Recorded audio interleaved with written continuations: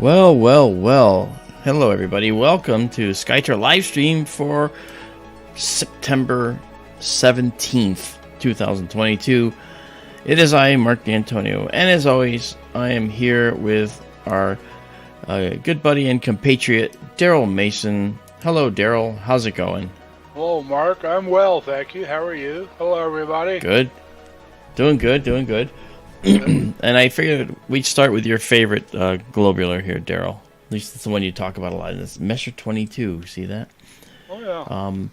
It's a particularly good night, and I'm using this globular to kind of give us an idea of how good the night is. And boy, am I not disappointed. It's gorgeous. Absolutely gorgeous. It is. I see a sword and a stone there. Do you see that? You mentioned the other night there's that line up at the top.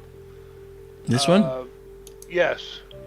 I see a that. cross hilt on it, and looks like a sword Oh, and a this you stone mean? to me. Right there, that's the hilt right here. And it has Cross emeralds guard, in it. The blade going down in it. Yeah, it looks like it has emeralds in the hilt, doesn't it? Cool. Beautiful greenish blue emeralds. Yeah, you know, guys, the other day when we were taking that mosaic of the Trifid Nebula, the Lagoon Nebula, and the Chinese Dragon, would you like to see how that came out once processed? I'd really like you to see it. And wait until you see it. Ready for this? Here it is. Look at that. Okay, this turned out better than we expected. And to give you an idea, first of all, let's look at it in the Trifid. Let's zoom right in. Okay. Now the Trifid, I am in Photoshop, yes. And I tend to use Photoshop quite a lot. I've also written a bunch of actions within Photoshop, which are here. All of these are my little processes I've written, which help us do all the things we do in Photoshop. But if you notice, okay, we actually can zoom way in. This is the Trifid. We can now get way in before we start seeing pixelation. And that's because we're handling the noise from the sensor a little different. So we can go from this very, very zoomed out image all the way in to looking deeply within a nebula. And these images will be available to you as well. And this is the kind of thing that if you got a photographic print of this, you could be staring at it for hours. There's just so much going on. Like, for instance, look at this Chinese dragon here. Look at this beautiful, sinuous, curving, dark nebula that goes through here. And it's all the motions and stellar winds that are causing it to go wavering all over the place. So it's pretty amazing, you know. And we got some gorgeous reflection nebula in here. Just stunning. That's great. It is. It's gorgeous. So we're going to do the same type of mosaic tonight, but we're going to do it of the Bubble Nebula region with the northern lagoon that we saw, and that entire region. And we're going to do the Lobster Clow Nebula, which is seen below that. We're going to do a whole mosaic of that whole area. You know, that Cosmic Ray says, that's not real. That's painted by Jackson Pollock. Yes, it looks that way, doesn't it? Except Pollock was more of a splatter painter with lots of streaks and stuff, as opposed to spots. I'm very familiar with Pollock's work, actually. So that's cool. Anyway, back to the screen at hand.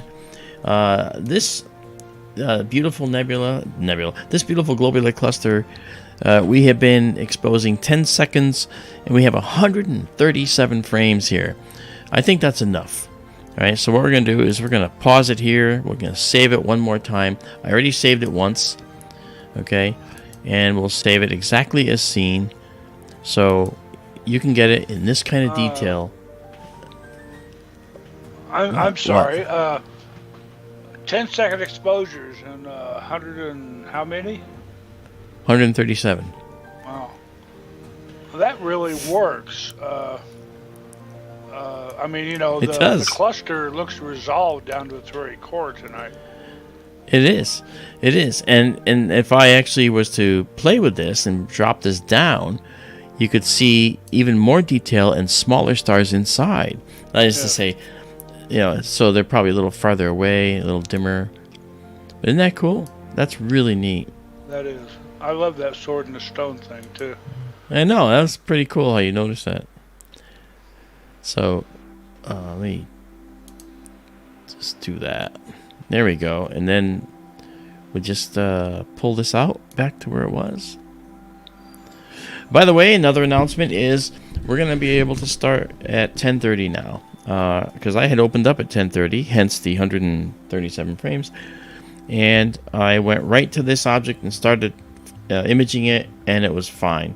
So at 10:30, so that means 10:30 our time, Eastern time, okay, is when we're going to start moving forward now. Because as the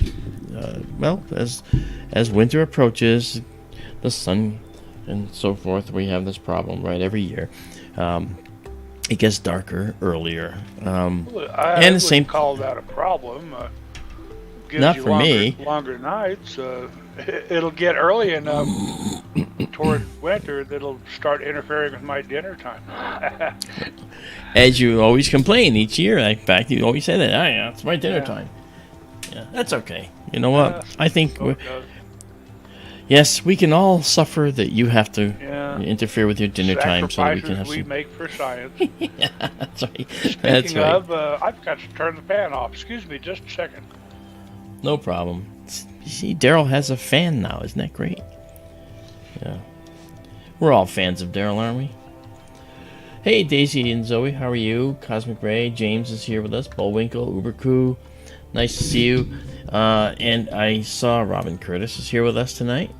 And Donald Kunzer is here. Donald was actually the first one here, followed very closely by Vera Lucia Campos from Brasilia, down in Brazil.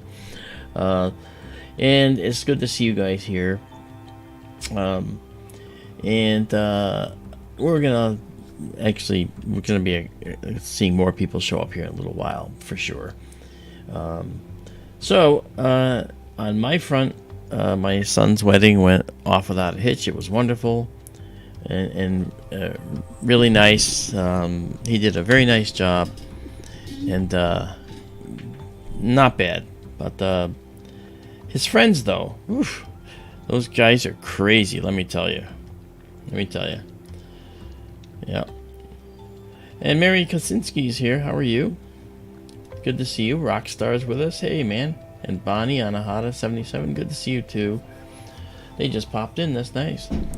And so, we're looking at this object right here. This is Measure 22. And in case there's any doubt, let me just throw that out there to show you. There you go. Okay. It's our opening object for tonight. All right. It's a beautiful globular cluster. And I think I really think the best thing for us to do is to move on to a location. I'm going to just pull that up just a tiny bit. I'll move on to another location that we're going to use tonight and to do our mosaic. But, it'll take us we'll get there.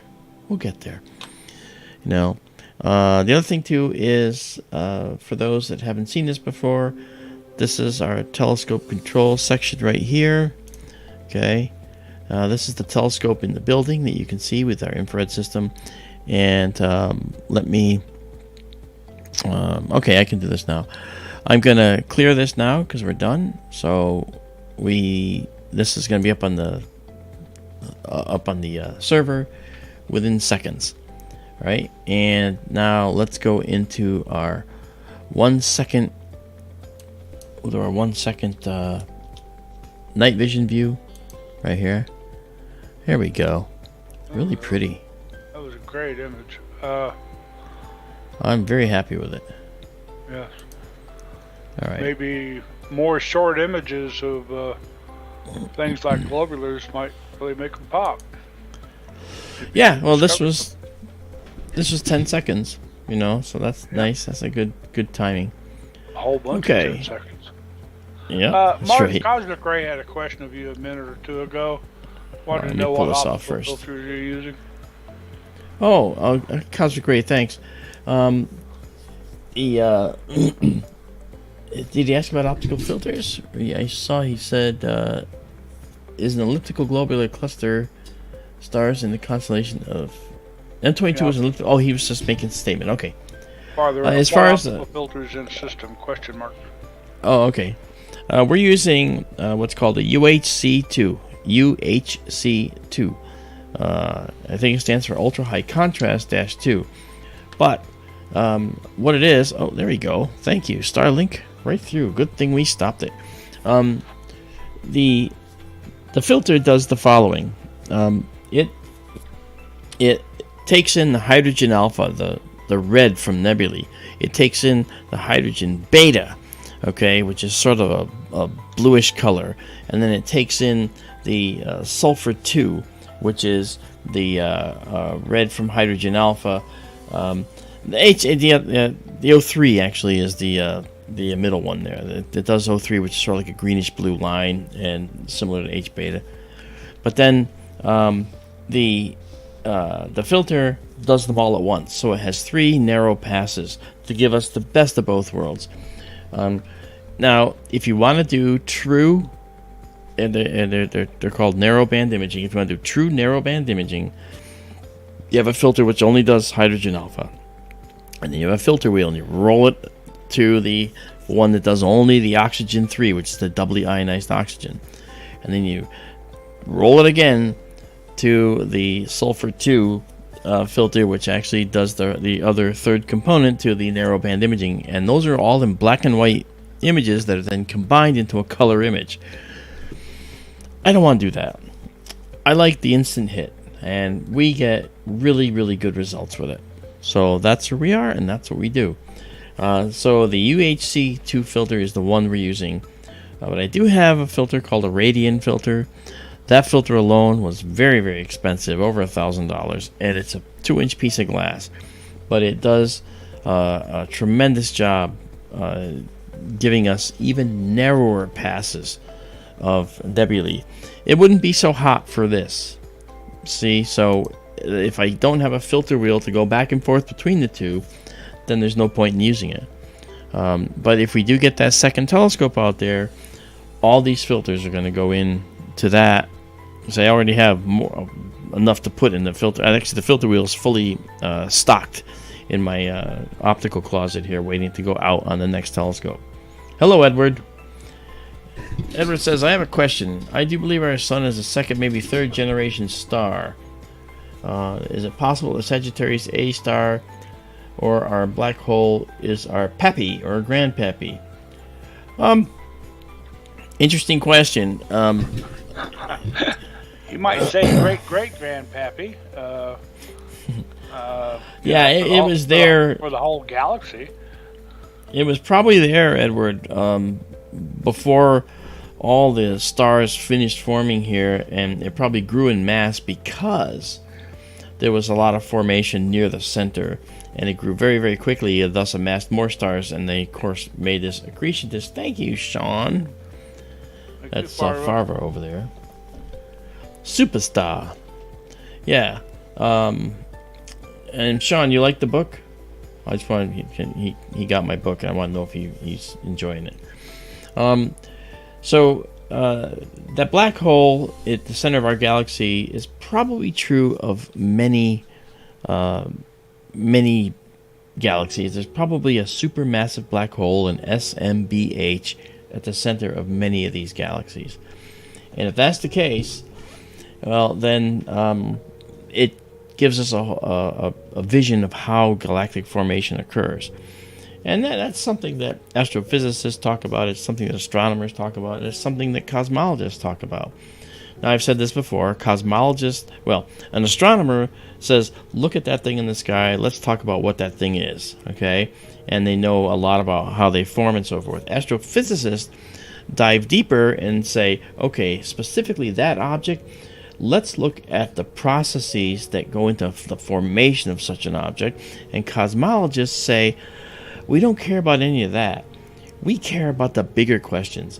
How the universe was made, where it's going, how it's going to end, and how it began. And so astronomers say what it is. Astrophysicists tell you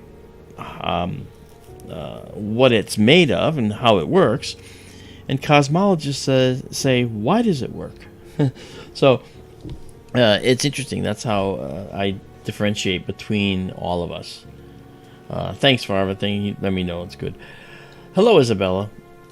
Hi, Okay, Izabela. so we're going to move on to the next object, and we're going to go to our planetarium segment. But I just want to make sure everybody saw that. Okay, when we look at our telescope control section here, we have the telescope, and this here is our movement and a look into the computer and the telescope so I can see what's going on. And this is the camera control section, the focus control section, Starlink satellite monitor. Can I ask a favor? Yes. For Izabela, can you possibly put the M22 finished image back up real quick, or otherwise?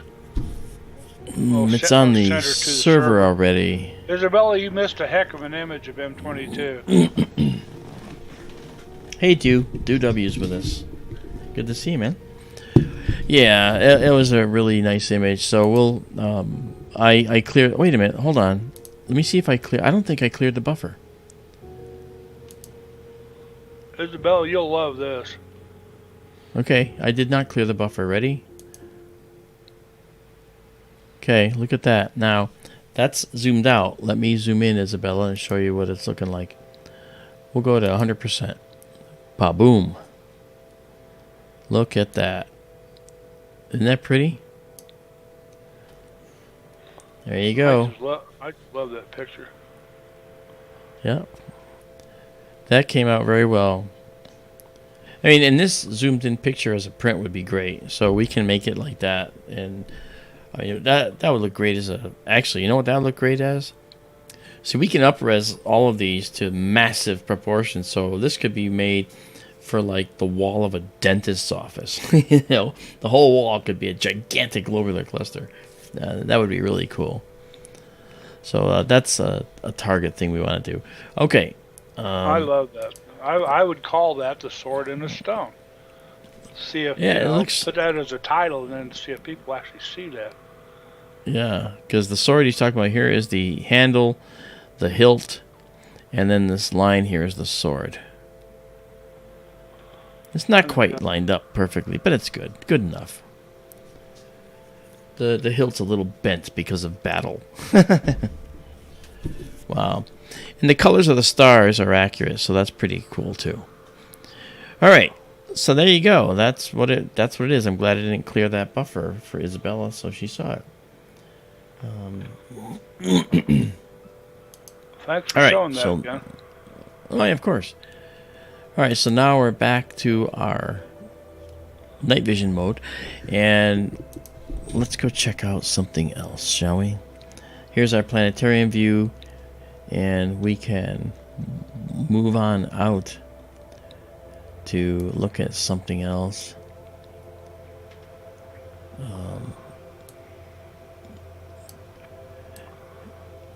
We're going to move up the Milky Way here. You know what? I'm thinking maybe it's a good idea to shoot the Eagle Nebula one more time before we lose it for good, huh? Sure. Then as the night goes on, we'll be able to get to the bubble and the lobster claw because they'll be in better position. So let's do that. So we're going to go now to here. You'll watch the screen here. You'll watch the telescope move over my head right up there. All right, here we go. All right, goodbye, M22. Zing! Okay.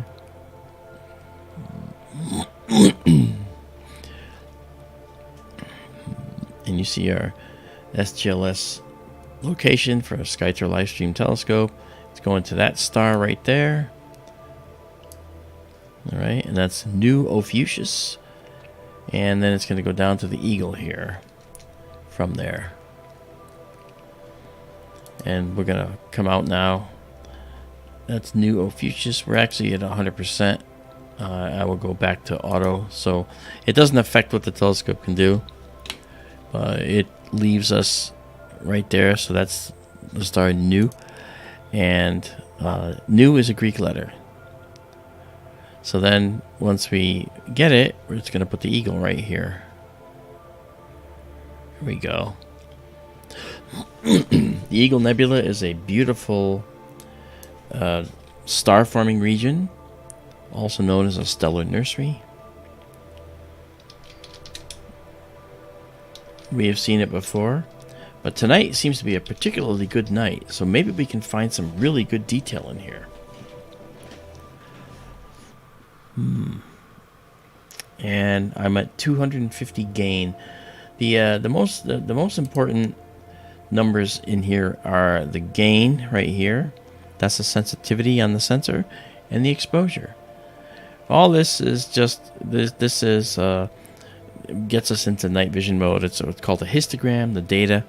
This is our focusing segment here, and then we can do some other things.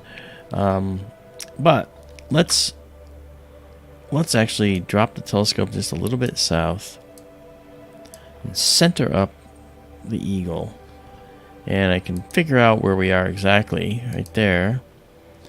We'll target it right in. Why not? And we'll move a little bit to the west.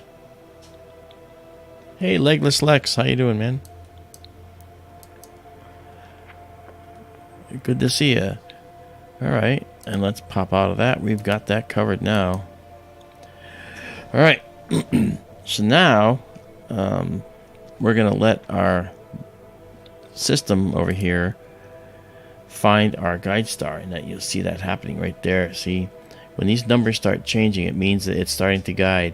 So I let it get the numbers, I let it do a little bit of it, and that stabilizes the system. If you want to know where all of this stuff is, to actually look at all of our stuff online, right there, go to skytourlive.com or skytourlive.org, and you'll see this beautiful Horsehead Nebula on the main page. Scroll down to the next section, that takes you to the database, and there's instructions right there on that page to tell you how to get to the actual photos that we're taking tonight, right on that page before you even click it. And go down even further, and you can actually order prints and get prints if you like. We've had a lot of people buying prints already. Hey, there's Marianne Robb here and Cindy Murphy. Alejandro Rojas. Hey, what's going on, brother? Are you over at... He's over at Marianne's. That's what he's doing. He's over there at Marianne's with John Dover and Stan Milford. They're the Navajo Rangers. And Stan's sister Deborah. Hello, guys. Are you watching on the big screen at Marianne's house? That's pretty cool if you are. Let me show you. Actually, they didn't see this then if they just got here. Yo, homie, what's up? So this is the last object we just shot. All right, this is a globular cluster. Let me show you this up close. I'll be right back to you guys. Just gonna, there, check this out. Look at that globular cluster. Isn't that something? Now, Daryl never gets tired of hearing about it and seeing it, because he just, he loves this globular cluster too. Oh yeah. All right. Okay, so now what we're going to do is we're going to come back to our Eagle Nebula. Let's go into night vision mode temporarily. We're at 100% right now. You can see the pillars of creation right here, even in a 1 second shot with our night vision mode. Now, if I take us up to, say, 35 seconds, we're guiding well right now, so let's try that. All right, we're gonna get out of night vision mode and go into the live stack. You'll see this right here again, but I'm gonna clear it now. Bye bye, M22, but you'll be back, promise. Okay, and so now what we're shooting is this right here. There we are, the Eagle Nebula. It's not an opening object or globular cluster. It's an emission nebula and stellar nursery. I Yes? have one question of you, not to beat a dead horse with M22, but when you shot 10-second exposures and there were over 100 of them, what was yes. your gain at? Was it at 250 then also? Yes, it was. Okay. Okay. I try to commit that for future reference. Yeah. Okay, we got a little bit of wobble there on the stars, so I'm gonna do it again, and start off well here. Legless Lex says, wow, the prints and website are amazing. I'm definitely ordering one. Yeah, no, take your time going through them. Might I recommend the canvas prints? They're actually, I think, cheaper. Oh, this is looking good. Look at that. They're a little cheaper. And order them with this border around them. Not a border, but just, well, you know what? Go to the website. You can put them on metal, too. It's amazing ordering them on metal. They're all good. I don't know what to say. Now look at this. Here's the pillars of creation right here. Okay. Hubble shot those, and you saw them just beautiful. Now we look at this right here. This is a dark feature in here that's called out now. And it's called the dark something. What is it, Daryl? Do you remember? Oh, oh golly, it had several names. I call it the fairy. It did. Yeah. But it's an interesting little feature. Alejandro Rojas says, Marianne wants me to say something rude and funny. She's a meanie. Yes, she is. Yes, she is. That's cool. Wow, this is really nice. I'm going to color correct to see if we can get the colors a little better. Oh yeah, that's better. That's a little better. And this might be even better. That featured upper left has several different names. Yeah, I have to look it does. up and find it again. So Yeah. dark something or other. Yeah. Well, this is a beautiful nebula, and if you notice, it looks a little light, and that's because I haven't increased the contrast a little. And I'll do it now, and you'll watch it get really, really more pronounced. Okay, there we go. All right, and let me color correct once again. All right, and now, see, it's fun to do this all on the fly for you guys, because you get an idea of what we can do with this telescope system, you know. Michael G is with us. Michael Galea, how you doing? Oh, Michael, no worries. This is my passion. You know, the universe is my cathedral, and I never get tired of looking at these beautiful and breathtaking and ominous. Okay, we would never survive being in this nebula because it's so hot in there. The temperatures from these young hot stars right here that are powering this nebula are the radiation is so copious, the ultraviolet, that it's ionizing the hydrogen, making it glow this reddish color. And that's a problem for, you know, carbon-based beings like us. You know, really is. But not to worry. All right, let's see if we can. Yeah, okay, maybe a little bit more up here. That's a little too much blue. I'm adjusting it to what the colors ought to be. This is more what the colors are. A little bit too blue still, but I'll adjust it away. But that's a little better. That's pretty good. Isn't that crazy? Wow. Now, we're doing a 35-second exposure, as you can see over there. Okay, so right here, 35-second exposure. Okay, and then right down here, this is our gain, and our gain is at 250. Now it can go to about 600, right? But you look right now, this is our pillars of creation. You see that one right there, see another one right there, and another one right there, and the dark fairy feature that we were talking about before is right here. This is sort of new to us. It's been there forever, but we just like looking at it because it's been right in front of us, and we've just never really paid attention to it. We only look at the pillars. Oh yeah, we just found it fairly recently. I just put up a link in chat to a close-up of the fairy, and she's standing up. It's a beautiful picture.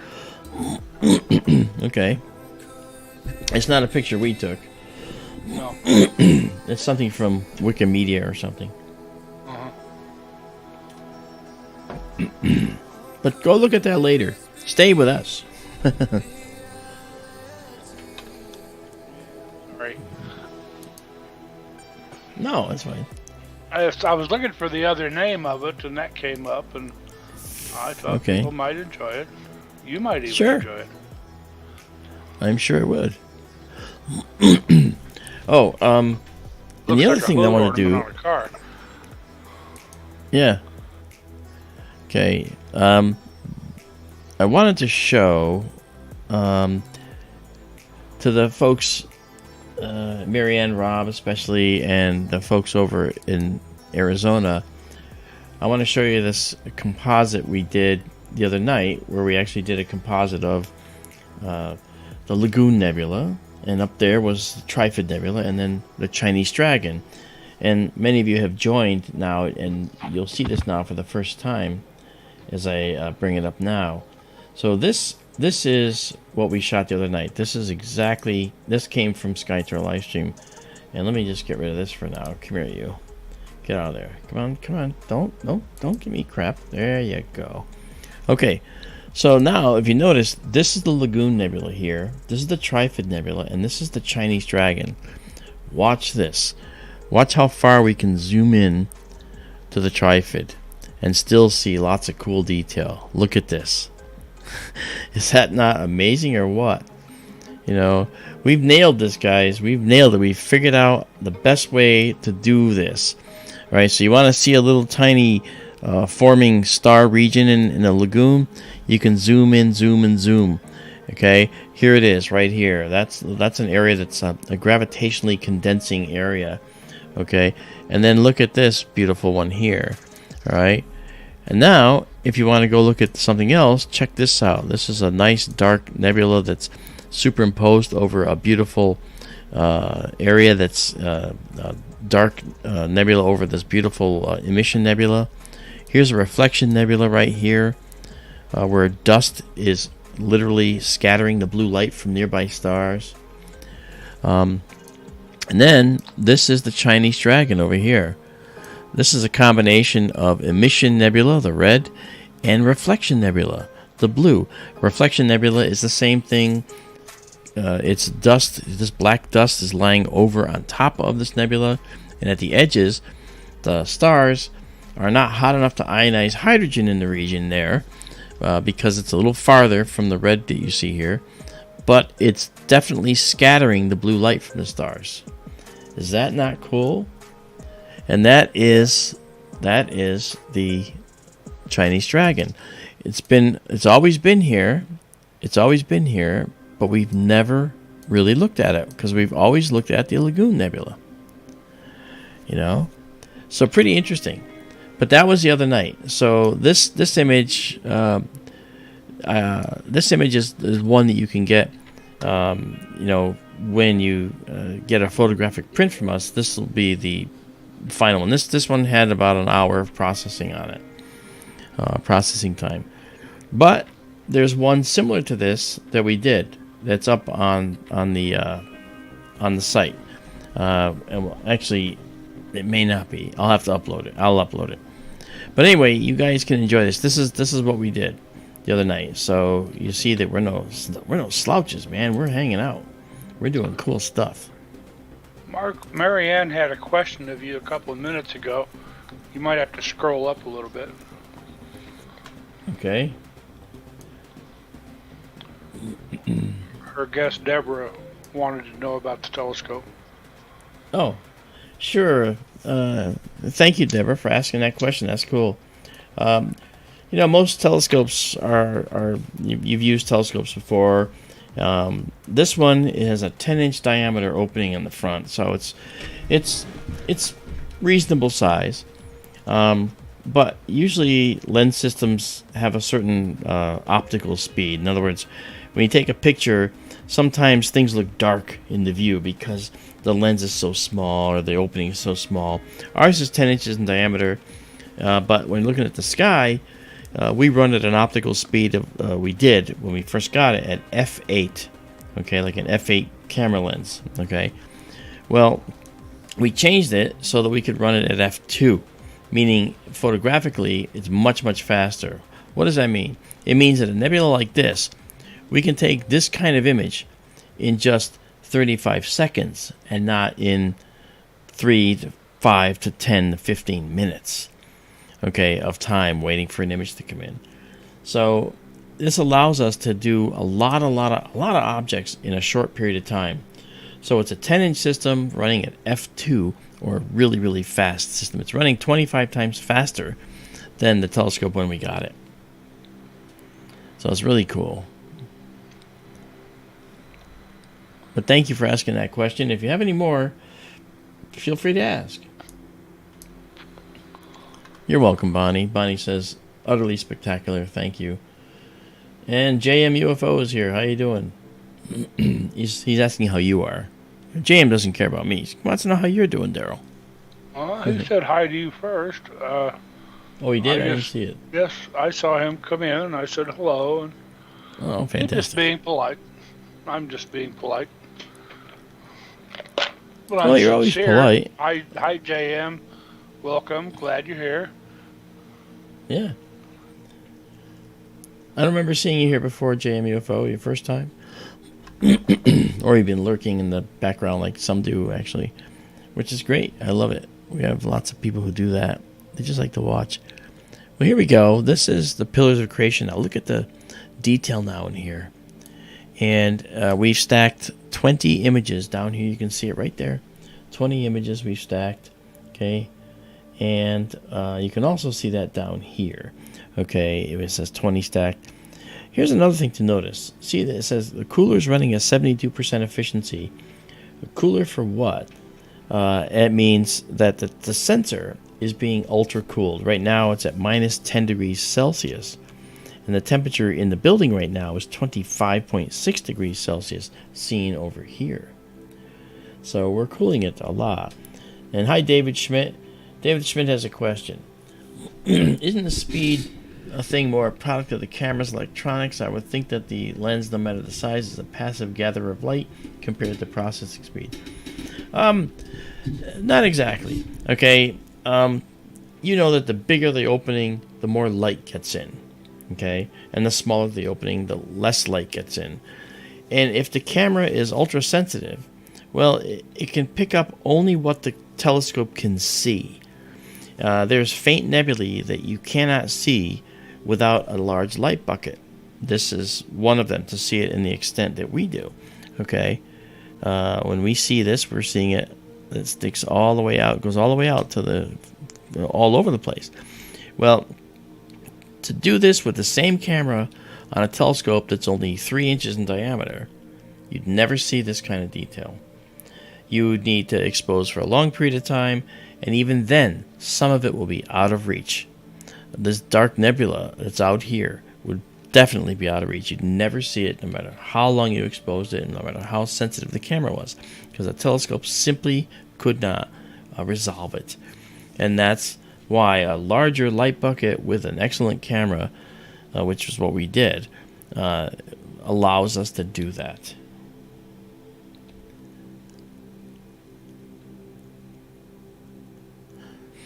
This is good.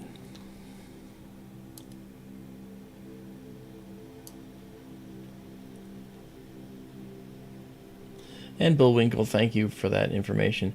That's what I love about our folks here. They actually will just come out and tell us all the facts. Cosmic Ray offers the facts. Now Bill Winkle's offering the facts.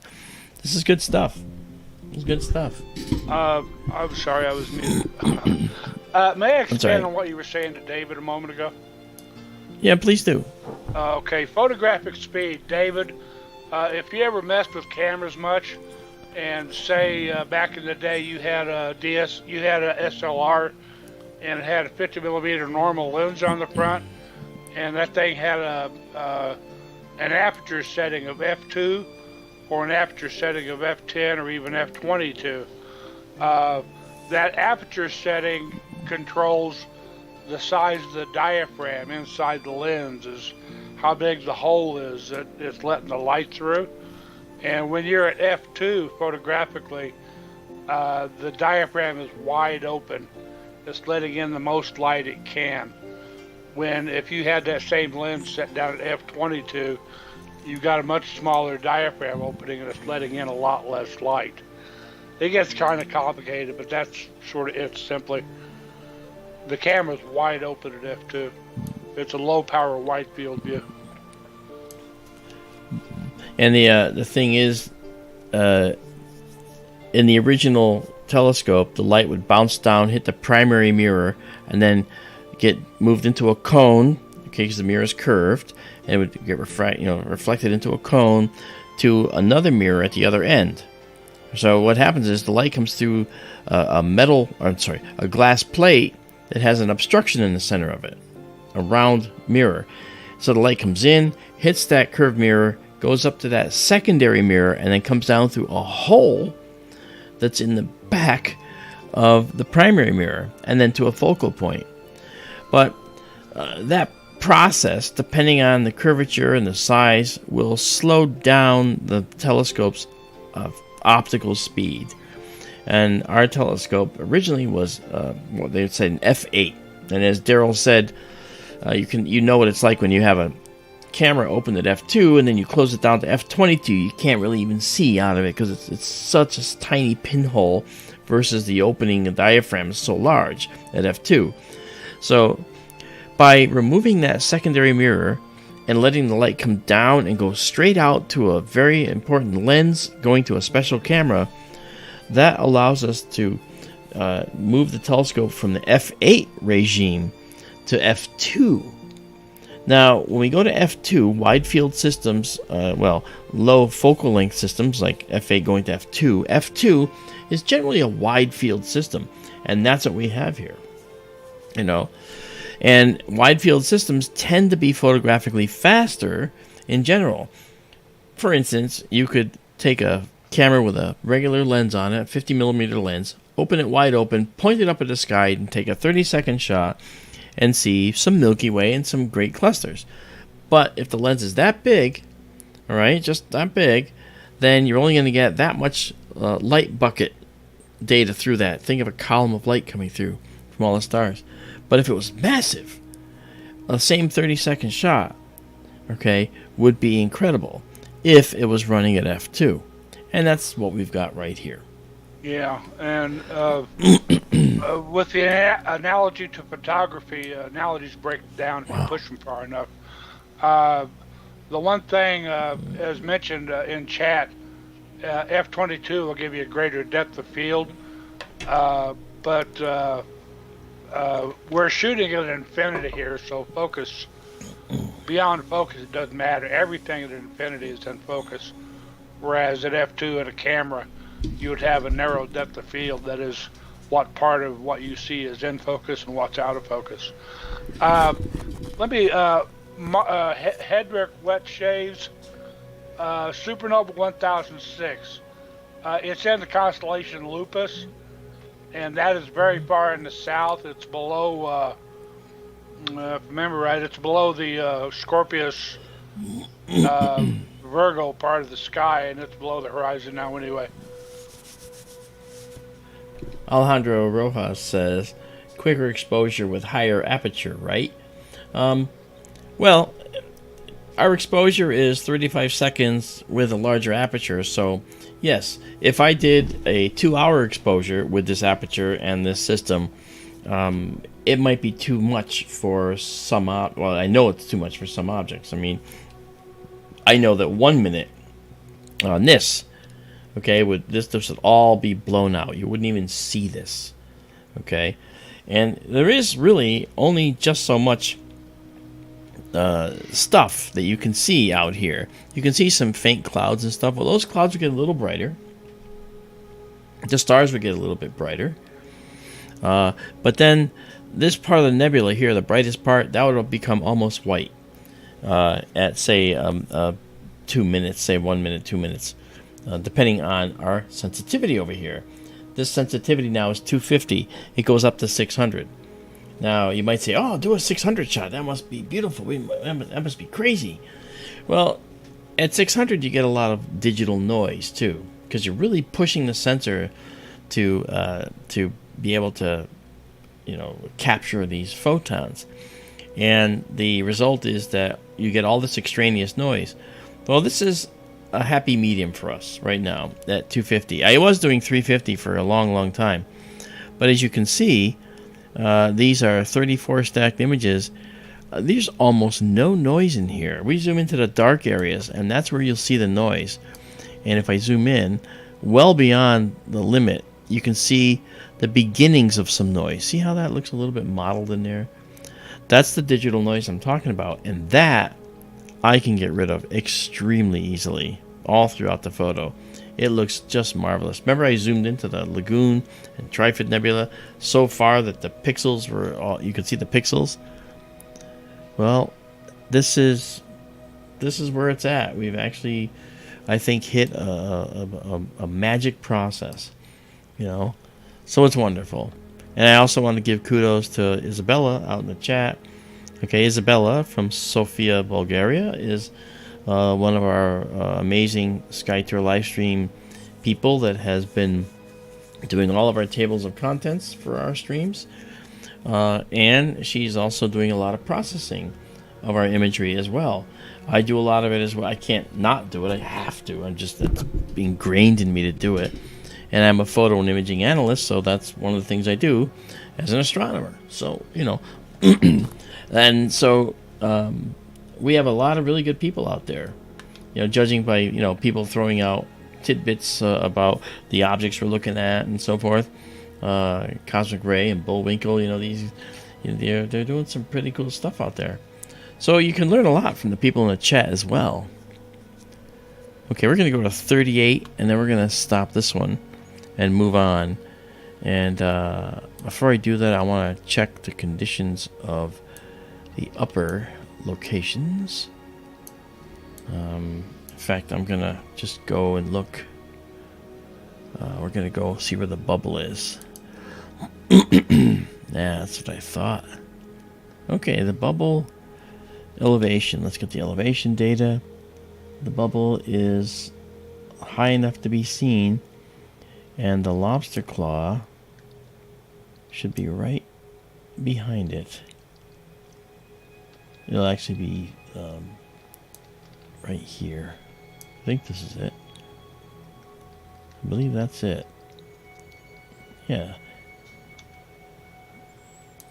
Yeah, so we're going to do a mosaic of this area tonight and create the same kind of thing that we created for the other other one. Okay. Okay. All right. We're at 39. I'll let it go to 40. Might as well, right? They mount up fast.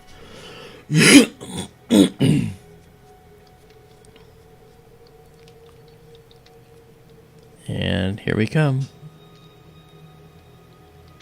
And right there, you'll notice we're at 40 now, right there. Okay, so we'll pause this, and I'm going to change the name. This name that I write up here is what exactly is going to appear on the database up in the up on the website, so you can see this just as it is here. It's measure 16, so we're going to call it M16, and I'm going to put a space and call it EN for an emission nebula. Okay, so now we're going to save it, and boom, live stacking is paused. Yes, I know.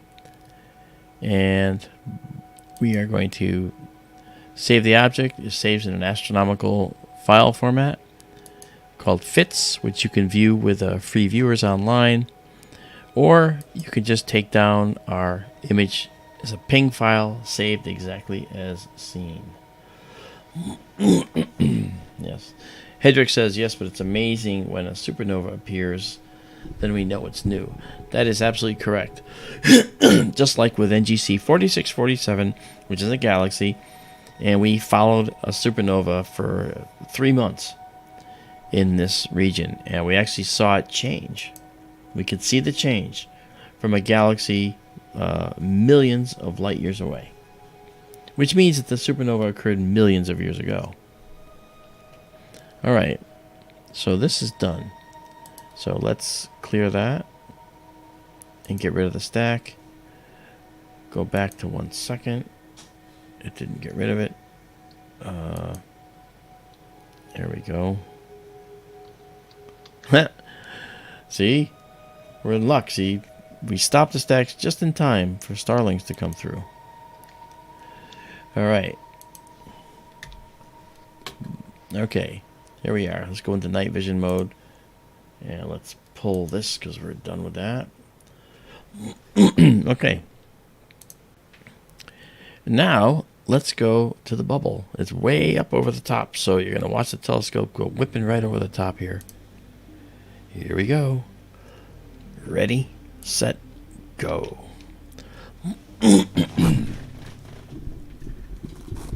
There we are. We're on our way.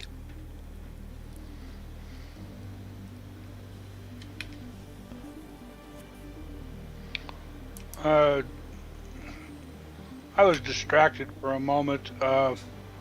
Did you answer Alejandro's question? Deborah had another question. Deborah would like to know how close stars are at this telescope. See, or in our Milky. Yes, in and out of our Milky Way. When we're looking at stars outside our Milky Way, we only see them as faint, hazy clouds and not resolved into individual stars. But you can see things like globular clusters, and they get resolved into stars. Sometimes with the larger telescope systems, so it's pretty cool. But we can see stars. Every star we see here like this, these are in our galaxy. And we're looking through these at these faint objects. So stars are all here, and the faint objects are way out here. We're seeing them through the stars. And there's the bubble nebula. And then there's objects like this. Now this is an object that's worth looking at. I'll tell you why. First things first, I'm going to move it over a little bit. Okay, this should be good. A little more. I want to make sure we get all of it in here. That's it right there. That guy coming in from the right is known as the Northern Lagoon Nebula. And this cluster here is a well-known cluster of stars. And we're going to... we'll start with this. Okay. So now we're searching for a guide star, okay? And it starts when we see the zeros. It means it's initializing and getting ready to go. And this will be a... let me think about the time I want on this. I'm thinking we're going to go about 35 seconds on this. Alright. And we're going to see what we can do with 35 seconds. Alright. Let's see how it works. Okay, now we go into the live stack. And you'll see our last image that was captured. The one single image. That's one single 30-second exposure, roughly. Then we can clear it. And it doesn't affect what's going on right now because that's us building up, as you can see, the progress bar is building up data on the sensor, and then it gets read off and displayed to us. So we can stare at them and stare at them and stare at them and then clear them just before the sensor gets read out. So watch. Let's see what this looks like. Okay, there we go. That's the bubble nebula right there. But to see it better, I can manipulate the data back just a bit and show us more detail going on there. So there's dark nebula in here. We see more detail over here. And we see this weird thing up there. We're going to be going up there. Alright. Let's, and we're not going to have the moon for a while, so this will be good.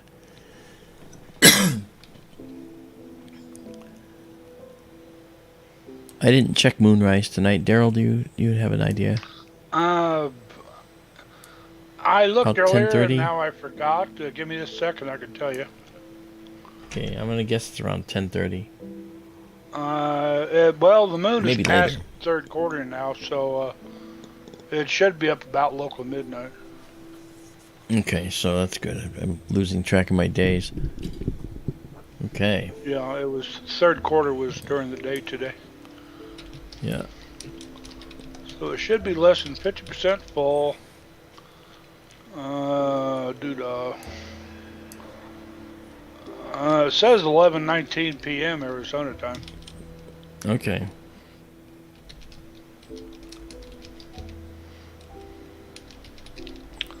Okay, this is an interesting object in itself. And, okay. It's called the Bubble Nebula region. This is the Bubble Nebula itself. And to see what I mean by the bubble, you can sort of see it here. And you also notice I said it's a Wolf-Rayet star. What the heck is that? Well, a Wolf-Rayet star is a star that is a fairly massive star. And what they do, for reasons that are not yet known, this is why I love astronomy, they blow off a lot of their outer envelope. Our sun has a core, a hot core, and it's fusing hydrogen into helium in that core furiously. But the whole outer envelope of the star is just plasma. It's not undergoing nuclear reactions of any kind. It's just hot protons and electrons and neutrons that are in that envelope. Okay, the gas is so hot that the electrons are knocked off and stay off. So we only have protons, electrons, and they also stream away from the sun. That's called the solar wind.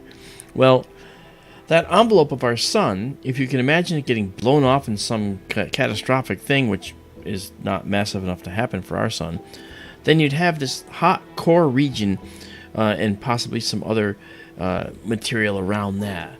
Well, that's sort of what a Wolf-Rayet star is, but much more massive than our sun. And Wolf-Rayet stars, like this one here, have a habit of blowing off that envelope and showing only that core left behind. And this is kind of right here. That's this part. This is the star.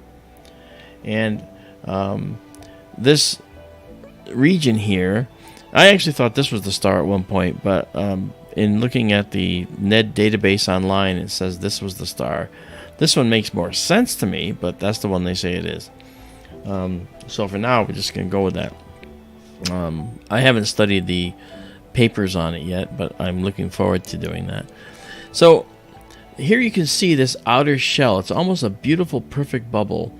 And there's more here, but this right here, this section here, is possibly obscuring what's behind it. Maybe that is up here, and the rest of the complete bubble is hidden behind it. So you can almost see how it might look like it's going behind it, but it's also doing something to this material here.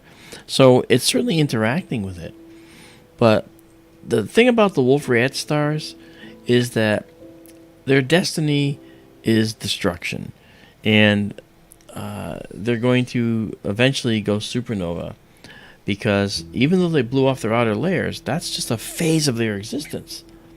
They're eventually going to actually, because they're so massive, they're going to end up causing what's called a core collapse supernova. They're going to run out of their nuclear fuel, and the core is going to stop doing it. And so the outer layers, being held up by this outward pressure of radiation, are going to just go falling inward at a really high speed. And the core itself of the star will collapse in about a quarter of a second. That's fast. And so it'll end up finding its way into supernova stardom. You know, because once that collapse, where's it going to go? It's going to hit the center and bounce back out. And meanwhile, as that core bounces back out, other material is falling from the outside, and it's going to hit the material coming out, and it's going to totally obliterate the entire remnant of the star. That's what a core collapse supernova is, and luckily, it's way too far from us to hurt us in any way, shape, or form. I looked up that star recently. I don't remember the details. It's a tremendous star. Let me look it up. It was like 14,000 times brighter than the sun. Is it like 30 times the mass of the sun or something? Something like that, yes. Give me just a moment. I'll find out. Okay. This part here is where we're going. We're going to be imaging down here. This is the bubble. This is the northern lagoon.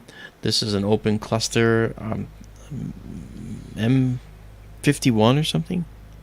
M52, the star cluster. M52. Yeah, that's M52. Okay. Yeah, M52. Okay. Okay. So we have 1, 2, 3 objects. We have another beautiful little object right here, and let me actually pull this out because we've seen this. And then down below here is this nebula we're going to go looking at. We're going to drop down below and see what's going on down here. And then we're going to go and do a segment down there, a segment over left and right, or maybe a segment to the right and upper, I think. That might be better.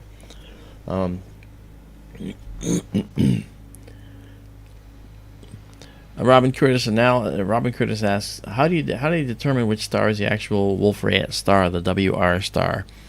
And that's how Wolf-Rayet stars are categorized as WRs. She knows that because she's working on our database of every observation we've ever done with Skytour Livestream. We have a huge database right now, thanks to her. And we're making it searchable, and we're going to eventually make it available. So you can actually go say, show me every picture of the Orion Nebula you ever took. Show me every picture of a Wolf-Rayet star you've ever took. And we'll be able to do that. So what determines, she asked, the star that's causing this? By looking at the material that's moving out, we can actually gauge some of the characteristics of this stuff moving outward. And by looking at the spectrum of the stars, that is sort of a dead giveaway. So by studying the spectra of all the stars in this region, we can then know what we're looking at for a Wolf-Rayet star, because it's going to have a certain spectrum that the other stars down here, for instance, won't have.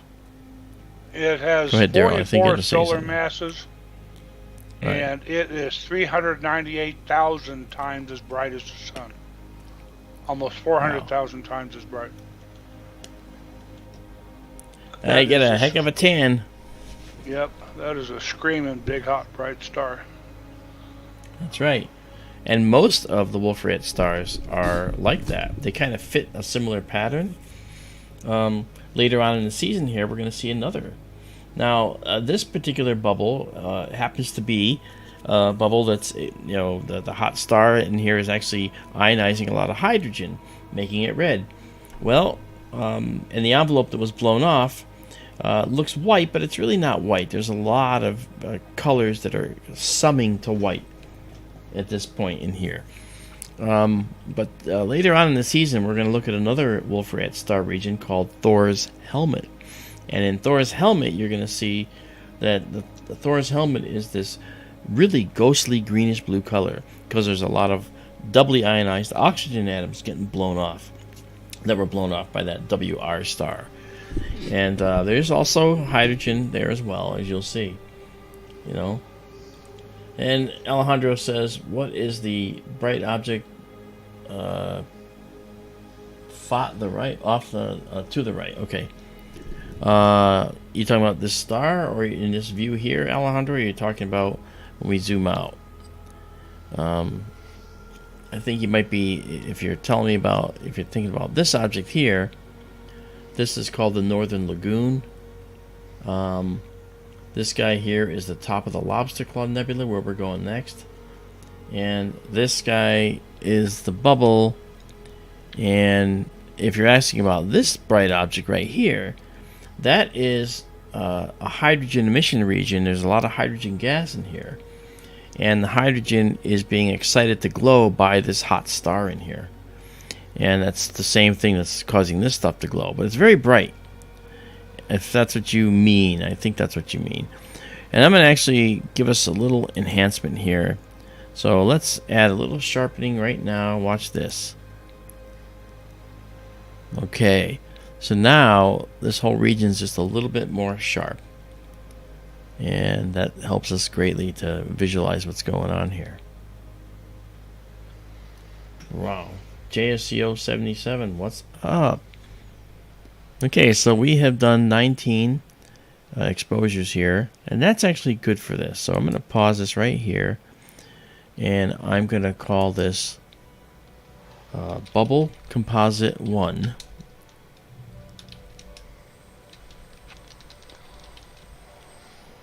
Bubble Composite 1.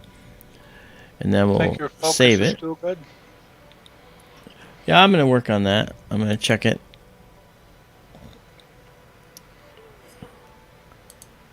And then we're going to save exactly as seen. Okay. Alright. Now, we're going to clear this. Well, I'm actually... I will clear it, but... because we don't need to see this now. Okay. Then we're going to go back to our 1 second night vision mode. And then I will... I mean, the temperature drops so rapidly out there that sometimes the focus changes. And I have it set up so that it can change the focus based on the temperature changes out there. But sometimes it can get wonky a little bit. Doesn't always work. So what I'm going to do is I'm going to go out in the focus a little. Do it again. Alright, so now it's out of focus. And now we're going to scan in and get it to refocus. I had just done this before, but I'm going to do it again. Oh, wait. Hang on. I got to pull this out first. Okay, now I can do it. There we go. Now I can scan in. I noticed seeing the weather out there that your temperatures are really starting to drop at night now. Checking focusing occasionally might be a good thing. Yeah, and I gotta probably do a new temperature compensation equation. And that means bringing up the actual focuser and going through the process of getting that to work right, which is fine. Yeah, I mean, the weather there says lately it's been in the 90s in the daytime and getting down in the 60s at night, so it is cooling off. Yeah. Yep. Cooling There's off our here too. curve. We make a focusing curve, so we go from out of focus to perfectly in focus, and it goes back out. And the focus stopped early because it found the best focus. So now I can just say, go to the best focus. And now the autofocus system will kick in and go to that spot right there that it interpolates from the curve that it made. All right, now we have a perfectly focused system. Okay. Now let's come back out and go to our auto mode here. Basically to fill the screen. Alright, I'll do it right now. There we are. Okay. So now the lobster claw is down here. So we're going to go and we're going to take like this little cluster and we're going to put it right up here. And that'll give us this beautiful overlapping area that will be perfect for us. So now I'm going to just head south, and when that cluster is near the top, we'll stop. And then take the next photograph. And then you'll see the Lobster Clow Nebula. If I remember correctly, there's a large faint loop of nebulosity running up from the Lobster Claw up into the field beside the the bubble, I think. Yeah. Yeah, it was there on the one. Okay, so there it is. Now we have this overlap, and it'll be able to find that and stitch it all together. So now we're searching, and we're going to let it do its thing. This is going to be, again, same length of exposure, same, everything's going to be the same. All right, 35 seconds at gain of 250.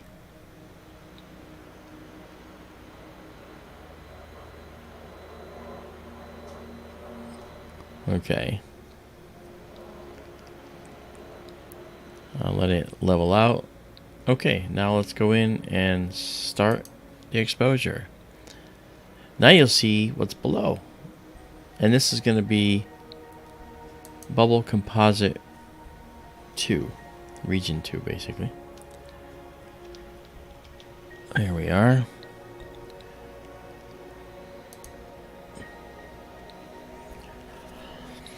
So, I hope you guys are having a good time. I'm having a good time.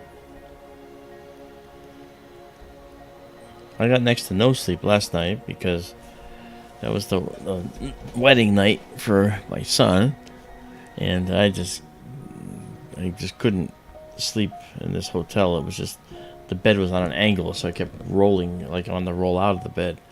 It was terrible. There's this beautiful Lobster Clow Nebula. You can actually see the left side, the right side of the claw, and then the lobster claw. That's what it's called anyway, the lobster claw. Now, when I do this processing, it doesn't have any effect on the final result because this is not affecting the raw data. Okay.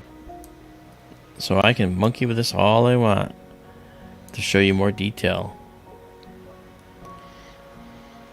Yeah, this is beautiful. You say a minute ago you couldn't sleep in the hotel bed last night? Correct. Yeah. When you get old like us, you get to like to sleep in your own bed. Well, I can sleep in a chair, okay?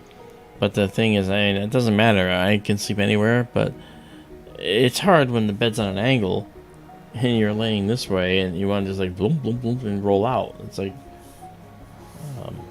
I couldn't do anything about it. Linnea, thank you. Linnea says, congratulations to your son. Yes, he is on his honeymoon now. They drove up to Maine with the kayaks, and they're going to a lake up there, and they're going to spend the week up there. But they are cutting it short to come back and be in another wedding for a nephew of mine. That reminds me of a joke. Oh, I get. Go ahead, Daryl. Tell me. No, Tell us all. It's not fit for mixed company. About Then why'd you say about a honeymoon couple at the lake. Is that what you said? Okay. Yeah, that's what they're gonna be. But Yeah. I'll tell you privately. Okay. It's Hedrick asks, Mark, do you ever get pinched optics from lens cooling? I haven't noticed any optical changes due to the lens cooling because I give the system time to acclimate. I open a full half hour to 40 minutes before you guys ever come in. And I'm sitting here waiting and waiting and waiting, of course, watching the temperature come down. So if you notice, when we start up, we're usually at minus 10 degrees already. And it's been that way for, at this point, like at that point, minimum of 30 minutes. So I don't ever take photographs while the system is cooling down. I only take it when it reaches that stable plateau. It's just good practice to do that. But thanks for that question, Hedrick. That's a good question. Now, I had a story this morning in the hotel room. I'm trying to sleep, and all of a sudden I hear this knocking on the door. This frantic knocking. You know when housekeeping comes in and they knock like this, they go, they can take a coin or something, they go, you know, and then you expect to hear housekeeping, right? So that happened, and nobody said anything. So I got up and I went to look out the door through the peephole, and I didn't see anybody. All right, so I walked away, and again, I'm like, what the heck? I look back out the peephole, there's nothing there. So I said in a funny voice, hello, who is it? Okay, like a Monty Python voice. And somebody from the other side of the door said, let me in. Come on, open the door. So I did. I opened the door. and there was this woman standing there who I didn't know and who didn't know me. And she looked at me, she goes, "Wrong room!" I go, "But you made my day. This is the funniest thing that's ever happened to me." He goes, "Oh my God, I'm so sorry, I'm so sorry." And she's like covering her face like I can't see her face.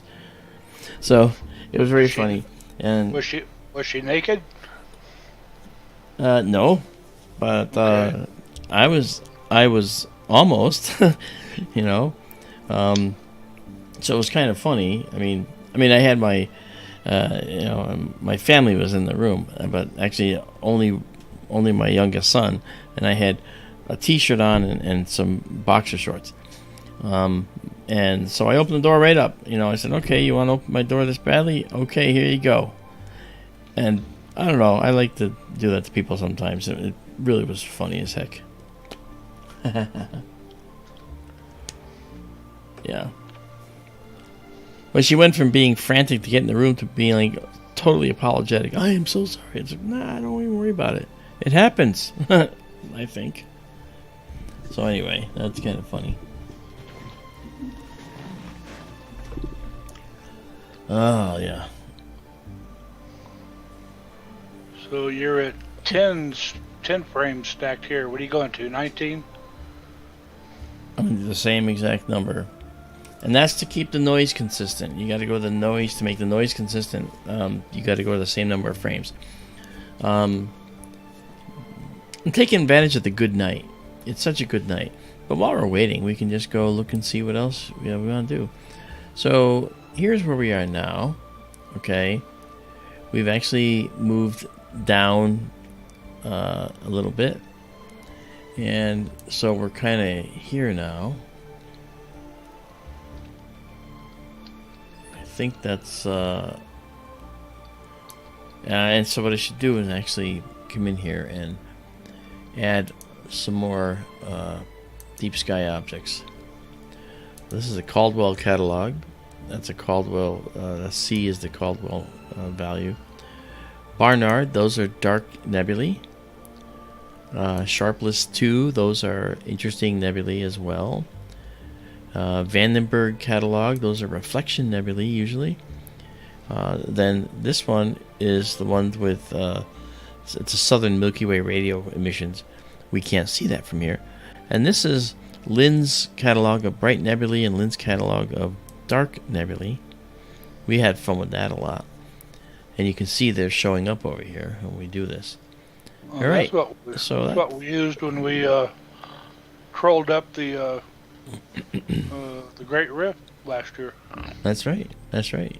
Barnard. You'll see Lobster Clow Nebula. Yeah, Lobster Clow Nebula here is where we are. And that is a sharpless object, as we mentioned. And so it's sharpless 2, 157. So we've gone from this region down to this region. Okay. And where we're going to go next is probably this way. And then back up this way to catch the four quadrants. I don't think it's better this way. Well, maybe. As I'm thinking about it, there's a couple of other sharpless objects out here. So that might be good. I don't know. Yeah, maybe we'll go to the left. But we'll see. Not bad. See, we're already at 15. So see how fast it mounts? Ah, yes. What a beautiful night, guys. I can't think of any folks I'd rather spend it with than you guys. This is really wonderful. Hey there, Kathy. How are you? Kathy Pernasek is with us. She is. Yep. Sometimes known as X-Lady. That's right. Daisy and Zoe have been with us since almost the beginning. And sometimes they have Lane with them. Lane will join them at times. Mm-hmm. And she's X-Lady at KGRA, Kathy is.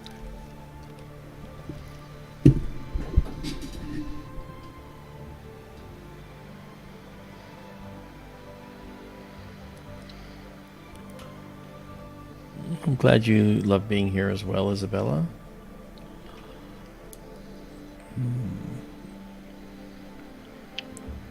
Okay, this is just an amazing location. It's all wonderful, you know, and I guess I'm getting to the point where I'm thinking that I want to make some very, very large mosaics, and I'll do them privately so that you guys don't have to be subjected to it. But I'd love to do some very, very large mosaics. So I would love to actually have a mosaic of this type of depth of the entire length of the Milky Way, the whole band. You know, that's a several years long venture, though. But you have to do the same thing. You know, every night it's clear. You gotta make sure you take some images and keep up the process. You can't lose faith. You gotta keep doing it. And speaking of that, we are done with this particular exposure. All right, so this is composition 2. So we're gonna say save. All right, and it's saved that raw file, and now we're going to save it exactly as seen. And it did that. So I can see we're going to go to the right here to finish out this, so that's fine. So let's clear this now. This will be up on the server in seconds. Mark, excuse me a moment, please. Sure.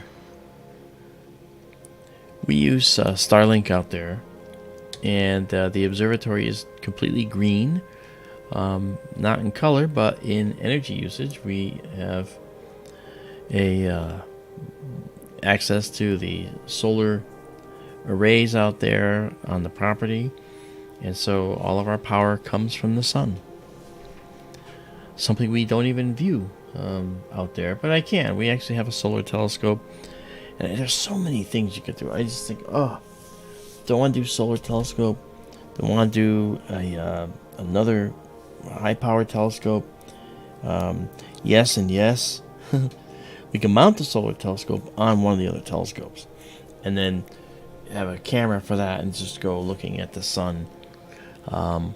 So there's so many things. I just have to come up with a mechanism to create a focusing system for the solar telescope. And I can do that using what are called Arduinos, microcontrollers. Alright, so here we are. So now we're going to take this cluster and we're going to move it almost all the way over here. It's right about there.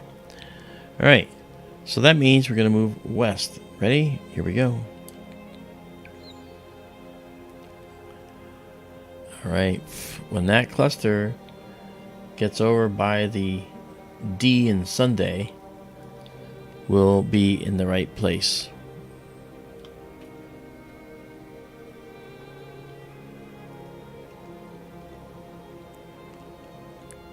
Hedrick, he says that's all awesome.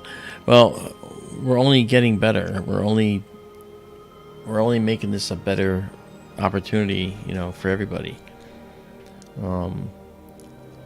There's a lot of other plans too that are we haven't mentioned because we're still working on the possibilities. But Skyter livestream is I can't say it's official yet, but because the paperwork's been submitted, but we're looking forward to becoming a 501c3 organization, so that we can get foundation support and maybe get support of some corporations that want to donate to us and support us, and that'll allow us to be able to do a whole lot more. Ubruku has a question. I'll get to that in a second. All right, so I'm gonna bring this over just another nod. I lied. I said the N or the D in Sunday, but I'm gonna go right to here. Just gonna be some overlap. All right. All right. So what's Ubruku's question? While I search to get my guide star up there. One thing: if you had a few telescopes spread across the country and linked together, would that be more beneficial for quality, or would it be better for array clustered nearby? Excellent question. It would actually be better to have them all clustered nearby, because you want to be viewing through the same type of atmosphere. You want to be viewing through the same conditions, and if you view through a light polluted location and then a not light polluted, location, it wouldn't be able to use that data very well, because you have too much to do to reduce that data into usable parts that can be effective. Because without say, okay, accounting for like what we call the air mass or the extinction, then you just can't use that data. It's not usable, because you can't bring it down to a comparable amount of data that you could then compare to some other data set that's also been similarly reduced. I don't know why I keep disappearing into the distance here. So that's why it makes more sense to have an array, local array. Okay, we are stable here, so we're going to go to 35 seconds and capture the other side of the lobster claw. From this side, you'll see some remnants over here, I believe. Okay.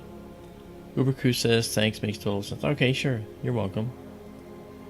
Alright, let's get out of our night vision mode. Come in here. That's a previous one, and we'll clear it. We're going that way now with it. Welcome back, Daryl. Thank you. Yeah.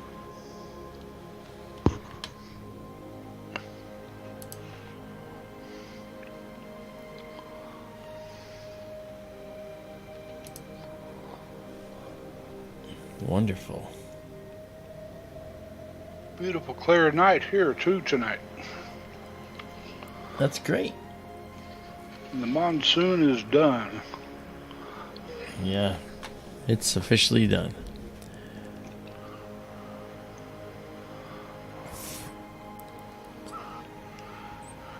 And they're seeing trees changing up in the high country already. Aspen are turning color. Really? Oh yeah. Wow.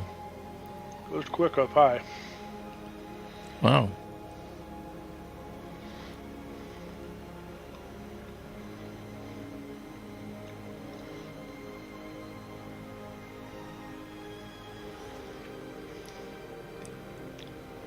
Oh yeah, Cosmic Ray says, well, if he had a scope in the Canary Islands, he wouldn't have to stay up so late. That's true.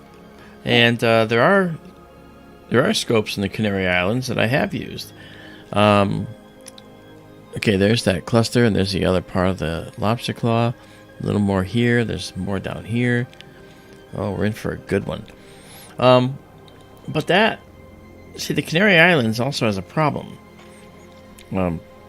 Those telescopes are on Mount Teide.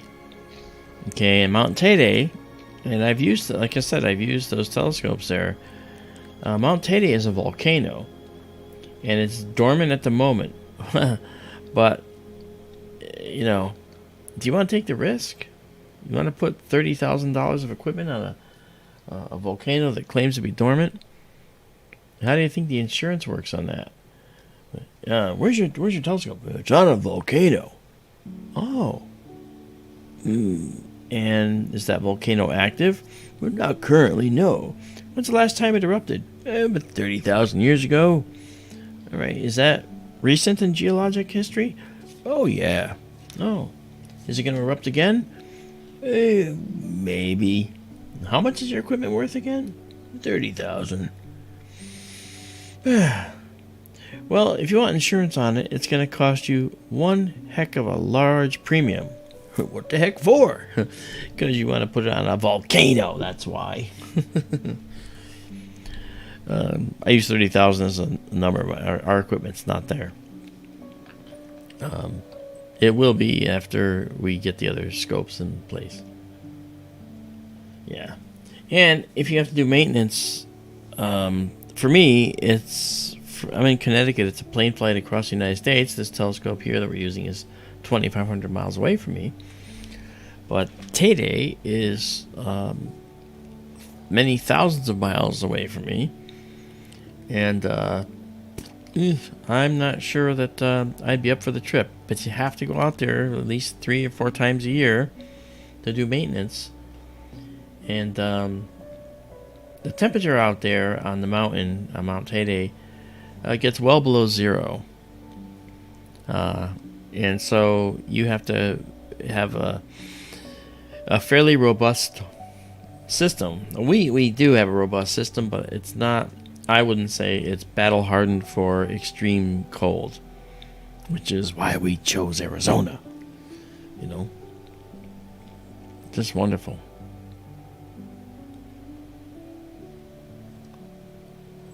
Okay, let's color correct and see where this wants to go. Yeah, it's going to do that. We don't want that. There were people here years ago trying to get an infrared observatory put on top of Pikes Peak, just west of town. That's right. And that's hardly ideal conditions here for, you know, as you said. I mean, it gets below zero up high here. Yeah. Yeah, sometimes down here too, but it's too close to town. Light pollution's terrible. But I guess that's one of the ideas behind the infrared. And the weather's terrible up there. Pikes Peak is a big weather maker. Yeah. You got to be above the weather. Okay, Mauna Kea at 13,700 feet is going to be above many of the rain fronts that come through on a tropical island like Hawaii. So when you get up on top of Mauna Kea, you're going to be looking down at the clouds, not up at the clouds in general. Yeah. Yeah. Well, you see that here too. I mean, Pikes Peak is 14,115 above sea level. Yeah. But, you know... it's got the Rockies, though. It's the Rockies, and it's very turbulent. Yes. Prevailing winds out of the west. I mean, the skies get very turbulent over the Rockies, and they don't settle down until you get almost out to the Kansas line before the air settles down again. Yeah. Yeah, where it gets flat again. Yep. Okay, we got 8 of these, and that's going to be composition 3, composite 3. You know, you just never know what you're going to have until you actually go through and take the time to do the stitching together of all the imagery. So it's pretty cool. Luckily, we don't have a moon to deal with right now.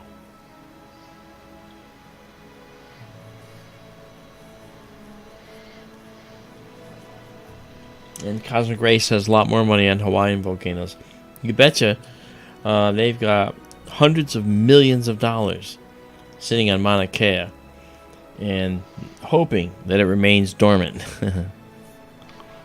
But do you know what the insurance is for those telescopes? I dare say they're in the billions on Mauna Kea. Probably. Well, you know, I mean, the twin Keck telescopes, right? Those telescopes are 38 feet across each. Multiple mirror telescopes with advanced, you know, adaptive optics, and I think each one of those buildings was $300 or $400 million alone. Mm.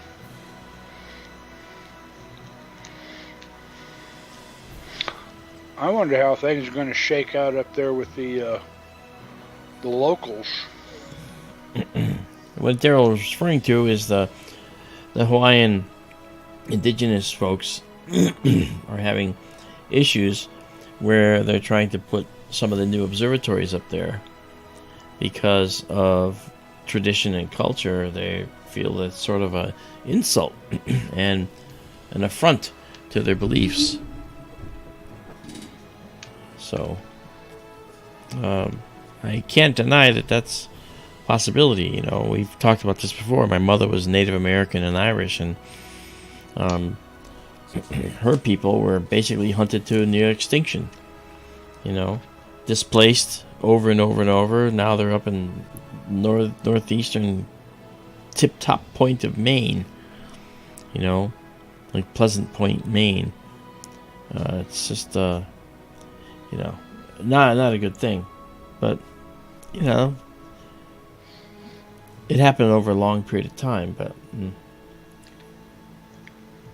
the Hawaiian indigenous folks are, you know, they have my sympathies. And I think that there's a way to do it all without having to tread on cultural tradition. Man, this is going to be pretty. Look at all the stars. When you look at this, did you ever think that, and we'll zoom in a little bit here while we're doing this. Okay. We see all these many stars. How many of the stars we're looking at have an Earth around them? I mean an Earth, not just planets, because almost all stars have planets around them. You know? Does this blue star have planets? It could.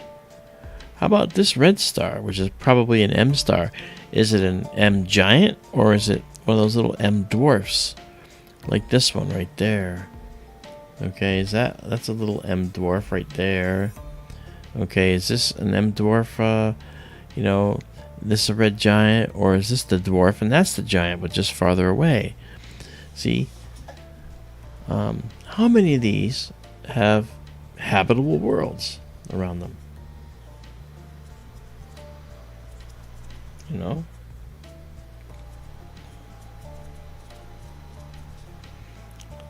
I like this blue and red star right here. It's actually really pretty. Let's see if we can get just those stars to show.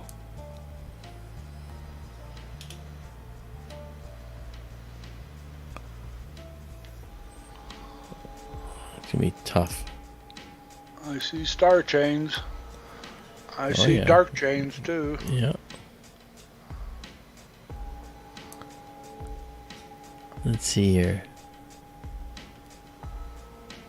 Yeah, I can't get rid of everything.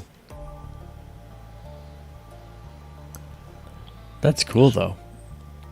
Snap your fingers like Thanos.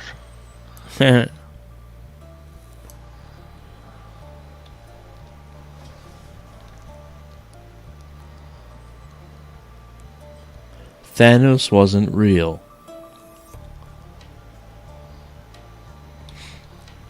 Okay, we're at 17.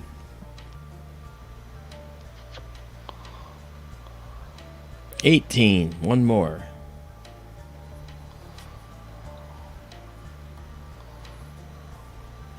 Hedrick says, I love blue stars too.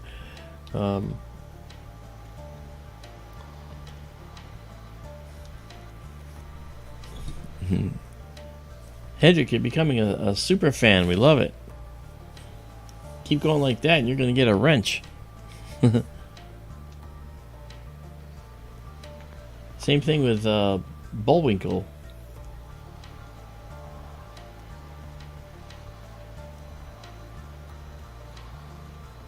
And Uberku, of course.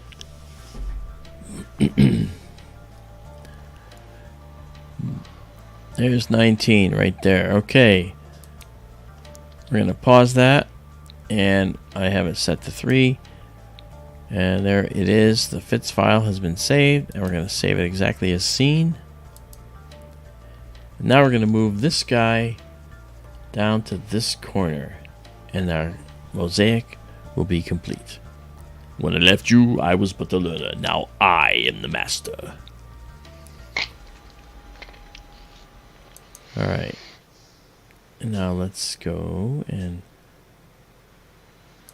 do this. Go to 1 second. Go to our night vision mode. And let's drop this down. Last exposure. Then we can go have some fun. Well, this is all fun.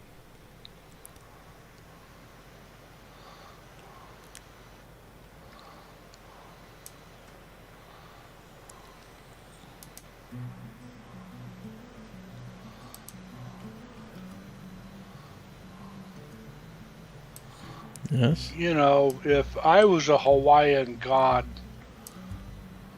mountain entity, I think I would be honored to have the world's premier observatories on me.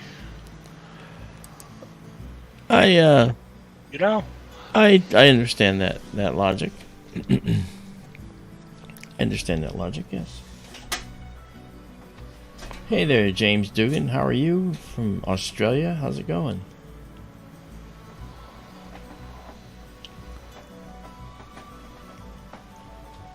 We get a number of people from Australia now, James. Okay, we're guiding. We'll get this to 35 seconds. Let's see what we get.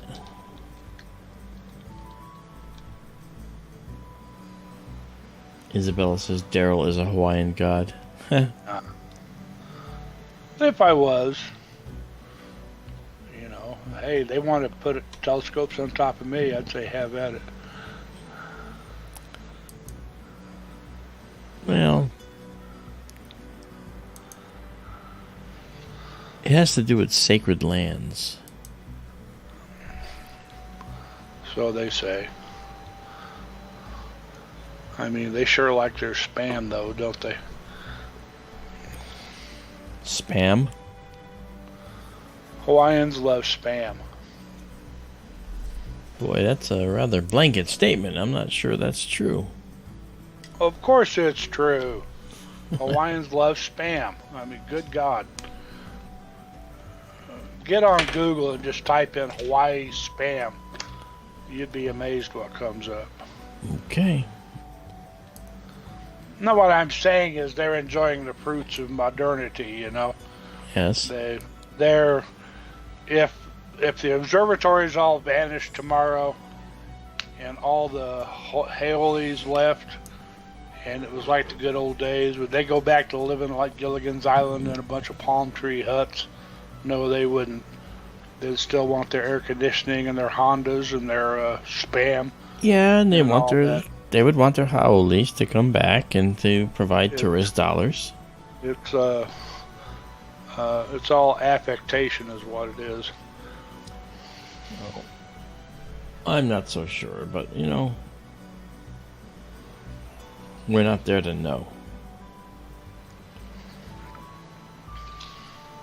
Okay, now I can.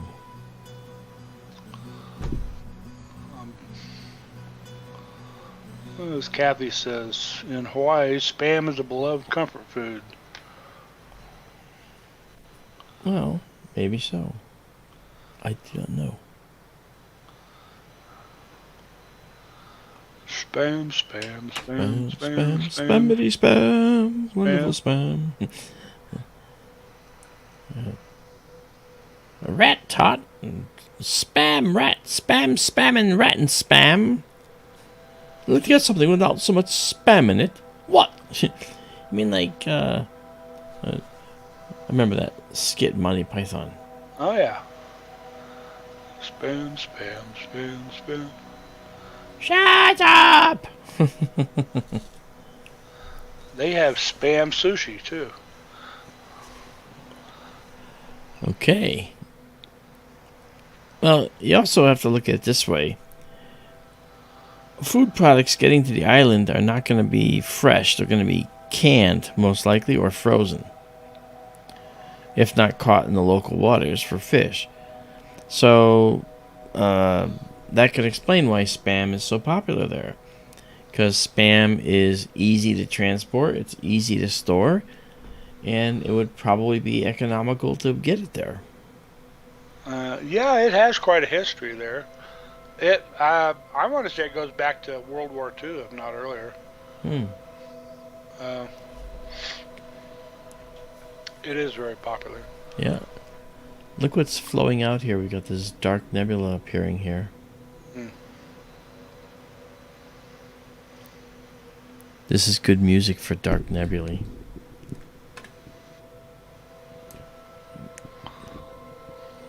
I know you can't hear the music, Daryl, because I didn't share the music with you. Because it might make my sound to you cut off or something. Yes, this deep, dark universe. We are in Cepheus now, correct? I believe so. Let me look here.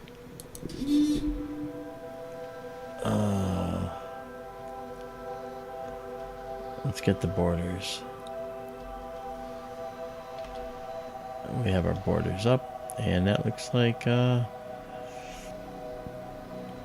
this is Cassiopeia. Oh, okay. We're on the border. Oh, no, wait. No, hold on. No, there's Cepheus right to the left, yeah. Yeah, we're actually in it now. We started in Cassiopeia and moved to Cepheus.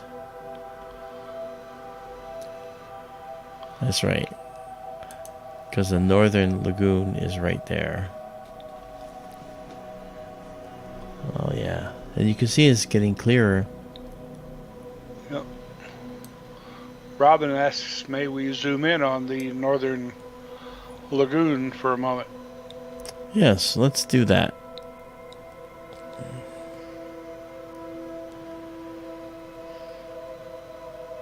There it is. At the extreme corners, we have a artifact in the lens system here. We have to work out.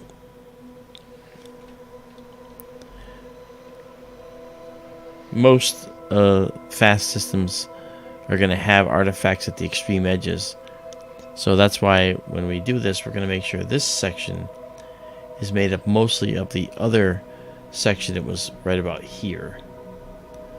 So it'll work out fine once the overlap is done.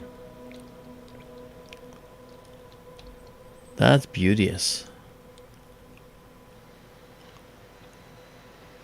We're at 9 stacked already. See, it's like you want to continue because you know there's more over here and everything. It's like, oh.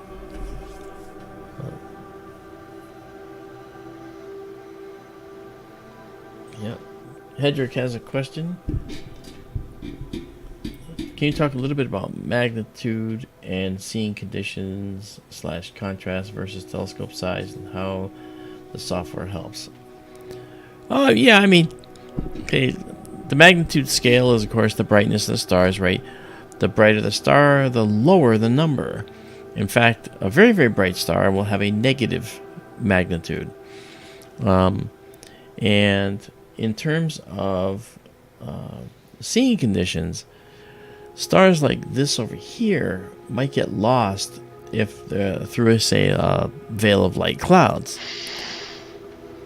Okay, and so and dark nebulae like this tend to be very faint, so their magnitudes are, of course, very large, meaning they're dimmer.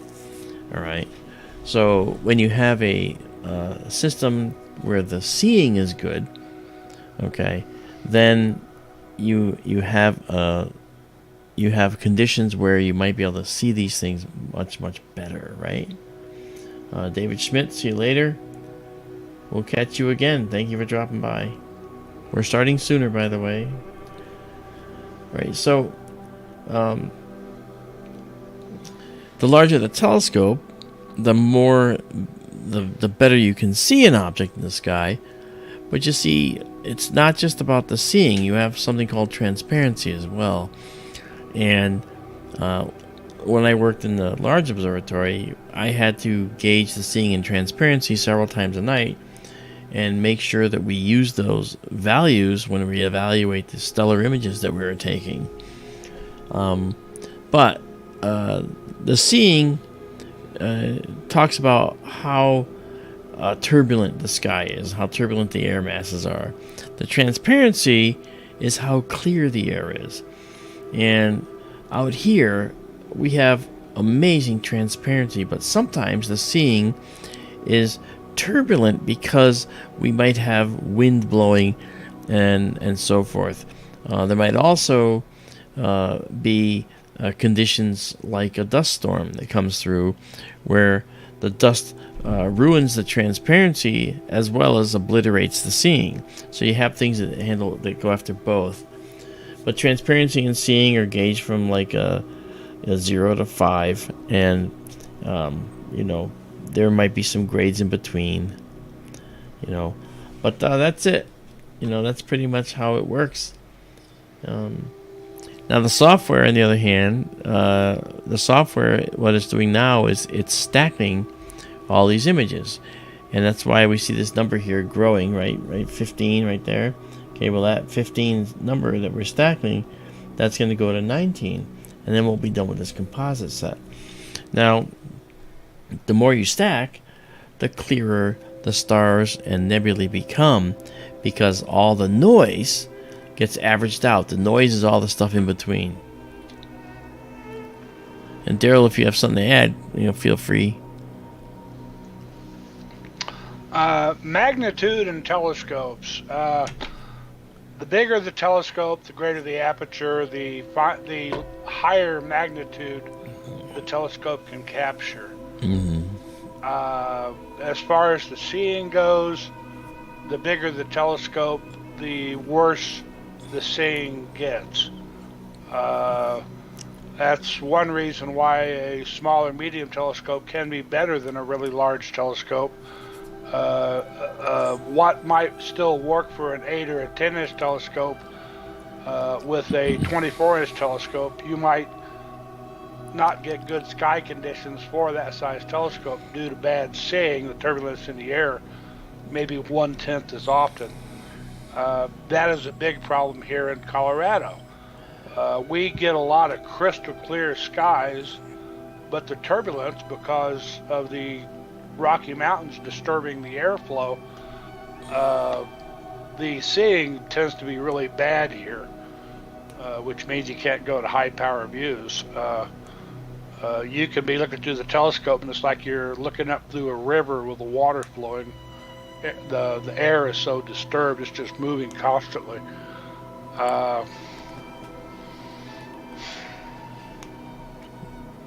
I could say more, but I think I'll just leave it at that. Okay. Well, thank you.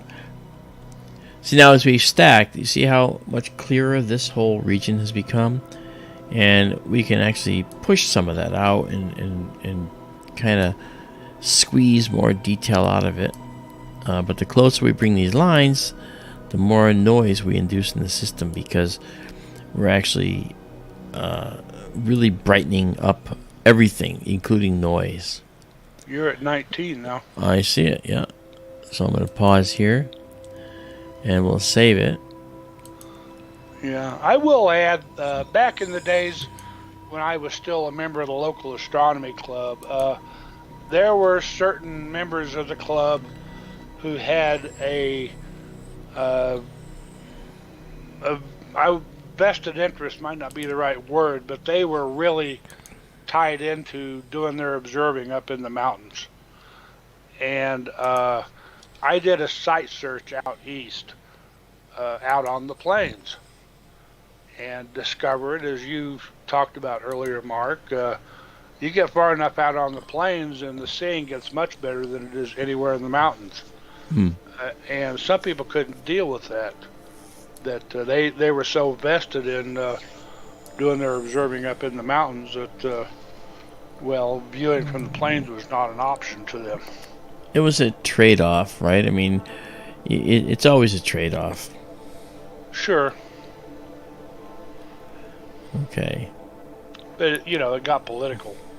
Well, that's where it really, that's where I get lost. I don't like the politics that goes into this. And that's ultimately why I quit the astronomy club, was politics. Well, I mean, it's not left-wing versus right-wing politics. It's just, factions and people who, various whatever reasons. Yeah. Personalities and all that. Okay, we're going to go check this guy out, which is right nearby. This might eventually end up as part of our mosaic. But we'll see.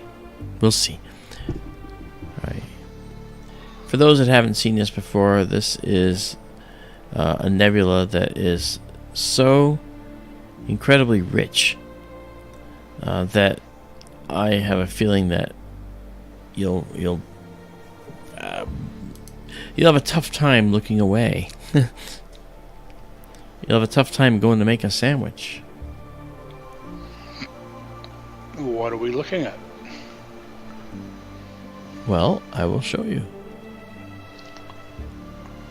I mean, I saw in the Stellarium view. Yep.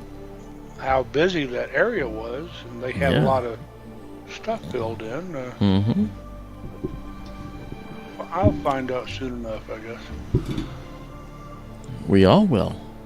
Yeah.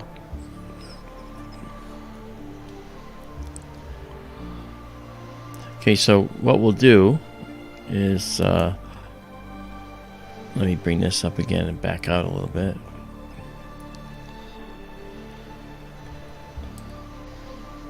Okay, so we're right about there. Okay. I guess one great thing about viewing from Mauna Kea in Hawaii, they have smooth laminar airflow that high up. That's right. And not like here in the Rockies. There's so many mountains that, the air is just terribly disturbed when it comes off the high country. You can go out on a clear night here, and if you get out of town, you can find wonderful dark skies, crystal clear, but the stars twinkle like mad because of the bad seeing. Yep. Whereas in Hawaii, those stars don't twinkle. They're nice and steady. That's right.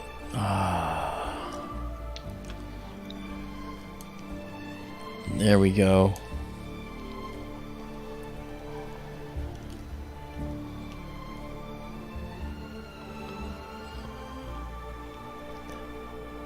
This is also known as a lens object. I believe it's LBN 583. Right? Surely it has a name. Yes, it does. And I want to... I mean, I see a bunch of lens objects, lens dark nebula objects in there. Yeah.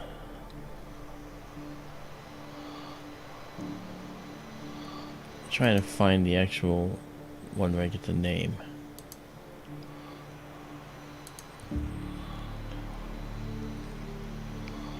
Looks like the cave to me. And we got this stalk right here.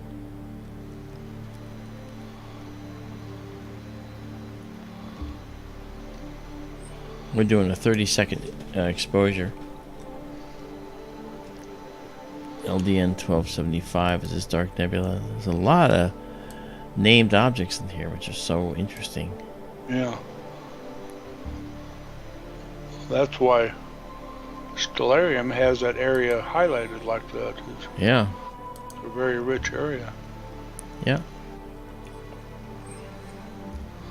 I think I mentioned the other night we looked at the cave, or we talked about the cave. Yeah. And I wondered about another one called the Wolf Cave, and there is a Wolf Cave Nebula. I believe we have looked at it before. Yeah. I'd have to look it up again to see where it is. I want to say it's up in this part of the sky also. Yeah. I'm trying to remember if this is actually the cave. I don't think this is the cave. Because the cave, doesn't it have those Herbig Haro objects down here? I remember that. I know what you're talking about. So I don't believe this is the cave, but this is like... Is cool, though. I think it's like... It's like LDN 1622 or something like that. Oh no, that's a boogeyman. There's something about... I gotta remember. I saw this object here, and it's stunning, and I just wanted to check it out. Can you scroll down just a little bit there? That star at the bottom. That's it right there, yeah. That looks like there's a dark envelope around that star. Well, I think that's... I think that might be the halo. Okay. The artifact of the halo. I don't know. Boy, that looks like it's real. I mean, has the star blown out cleared an area around it? Well, the only problem I have is that it looks perfectly round. And you can see the outer halo here.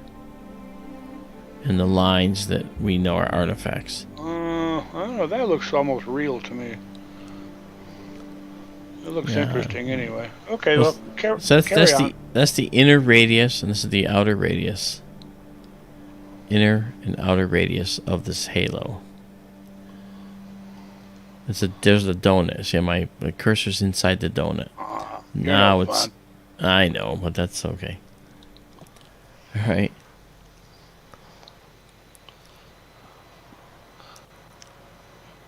And look at this. This is... Look at that. Oh, my gosh.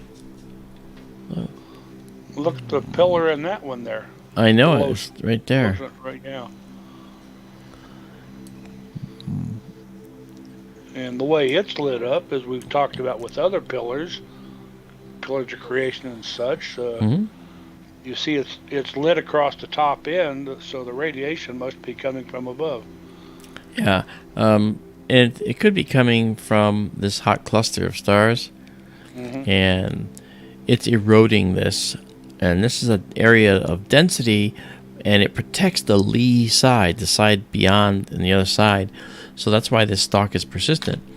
It's eroding over the top, yes, and it's slowly eroding some of it, but it's happening here too. See this pillar? Yeah, look at okay, that. I remember this now, because the little skinny one next to the big one. Yeah, we have talked about this before. Yep. The little skinny one's actually got some really interesting shape to it. I know it. And you can see the dark nebula is really quite pronounced. It's a really good night. Very nice night out there. Yeah, I remember this. Yeah.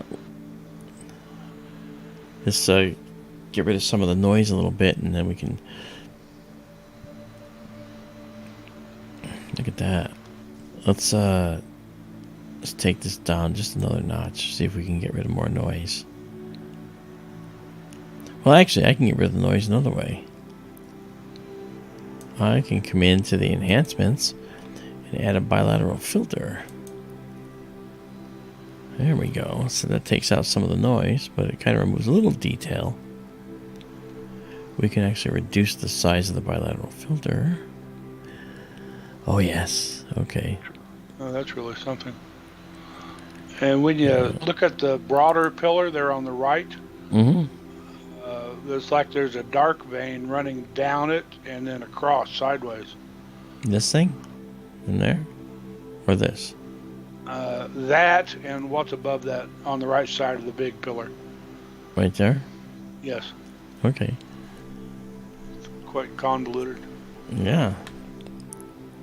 So let's go back to the histogram. Let's do this. And let's pull this out just a little bit. Soften everything up a little. There we go. Let's correct the color one more time. There we are.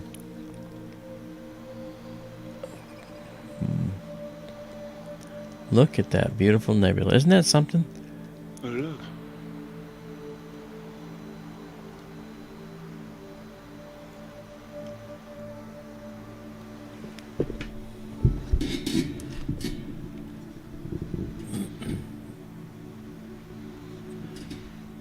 Oh, he asked, Hedrick asked a really cool question. How far away would he have to be to see it this close? Now, when I was zoomed in, that's what he's talking about. So let's suppose he means here. How far away would it be? Well, the question is, okay, it's going to have to be a fraction of the distance, sure. So if this was, say, 5,000 light years away, we would have to be around 1,500 light years away, maybe 2,000 light years away, to see it looking this big. If it gets twice as big in the sky, then it means that it's we're twice as close. So it's that kind of thing. So it's pretty interesting. Let me try and make it brighter a little bit. There we go. Look at this beautiful. This is so convoluted and beautiful. We've never seeing this structure is new. I'm trying to remember what object this was, because I don't think this is not an object that has a specific name, is it? Well, you know what I can do? I can do this. All right. We're going to look for... if I look for the cave, I want to find the cave and see what the cave nebula is. I don't... Yeah, see, that's the cave. So we're away from the cave. This is this other object that's out here. And I'm trying to find out which one it is.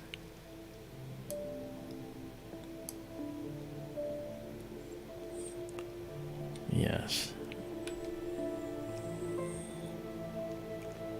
That's the cave.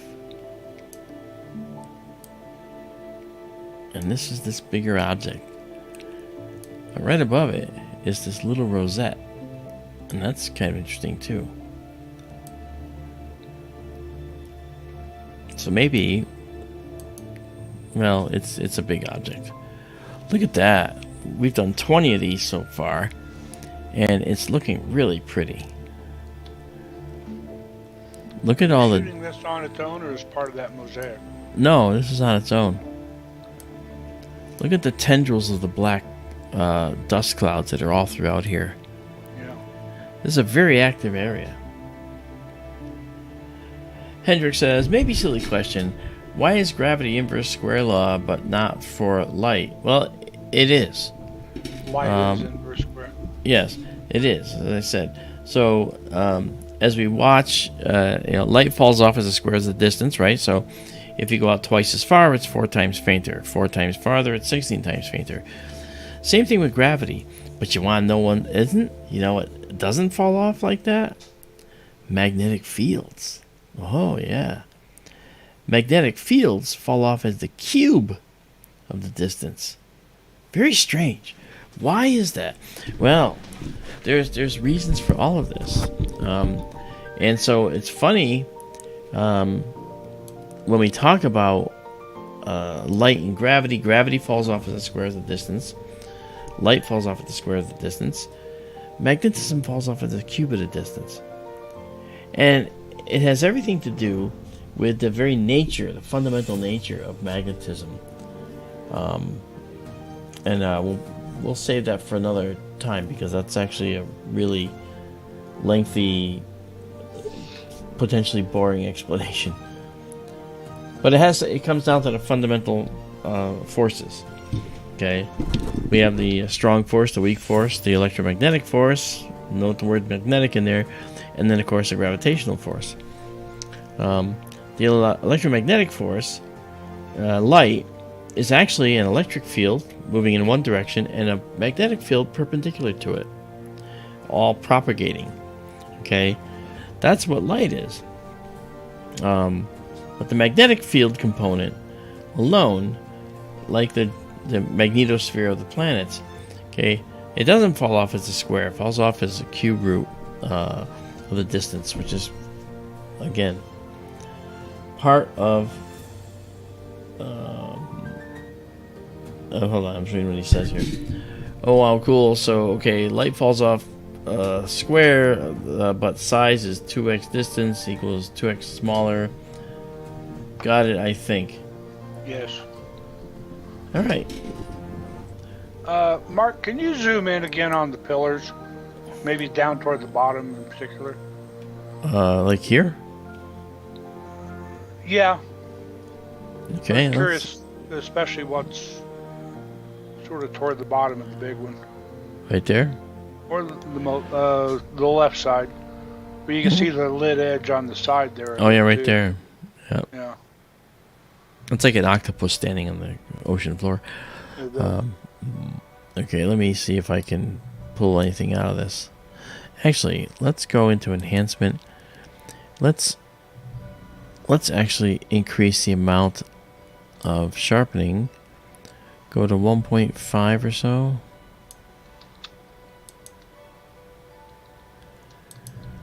See if that gives us something better.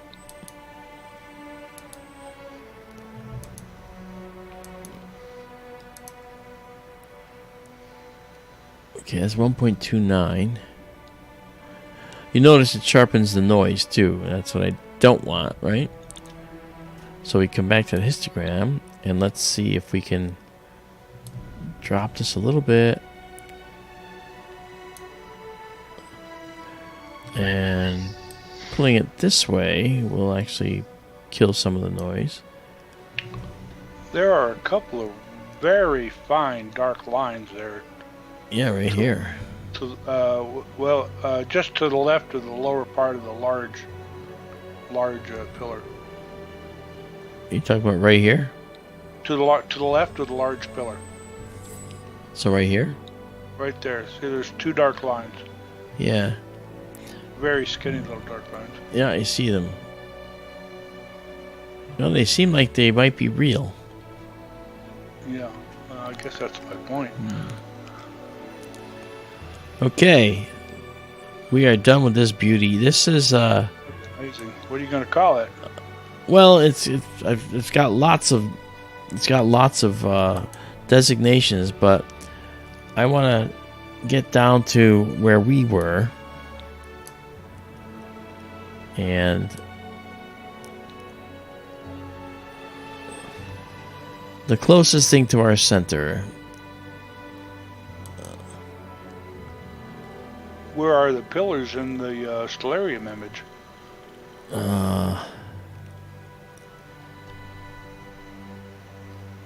I don't know. Okay, the pillars are down there. And we're kind of looking at... Let me see. Let's find out. This is obviously this object, but let's find out. Again, it's going to be swapped a little bit. Wait a minute. Oh, it's upside down. Again. Oh, okay. So yeah. They're going to be up here. Okay.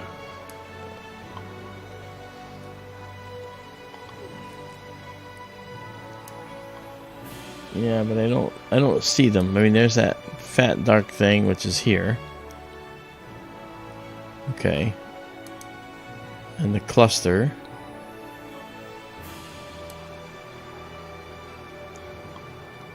Let me just zoom out a little more here.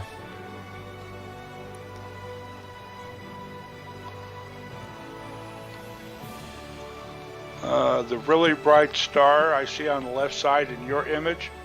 Yeah. Is that the bright star on the left side of the stellarium image? Right here? Yes. It might be. Let's go see. So if that's there. It's not the same. There's a star to the right of in your image that I don't see there in the...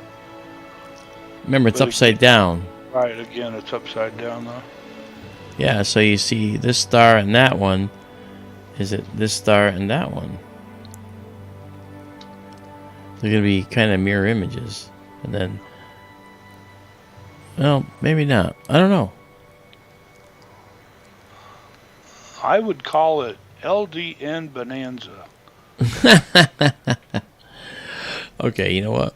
It is, because there's tons of them there. So it will be Lynn's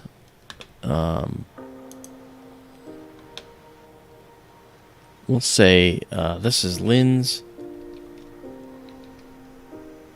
LYNDS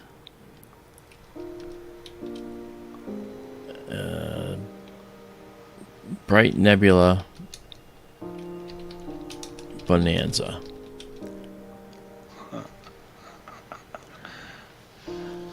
Well, it's got a lot of them in there. That's why. Oh, yeah. Okay. That's an amazing picture, really. It is. Let's see what it wants to auto-process to. Well, let's zoom in again now, because that... Look at that. That's pretty cool. No, that's really something. And let's pull it back just a bit. Look at how this comes up, and there's a little fibrous thing going down there. Oh yeah. That kind of reminds me of that fairy thing in the eagle. It does. Looks almost like a Academy Awards statue, or the Emmy, whatever they call it. Oh yeah, that's true. Or a hood ornament or something. Yeah. Being attacked by an octopus. There you go. I just love these filamentary structures here. They're just beautiful. And we've actually, this is the benefit of stacking, guys. I mean, this is 38 images. And that's actually sort of an average number that people will do. They'll do many more, and sometimes less, but mostly more. Okay. So we're going to let this, we'll let this go to an even 40.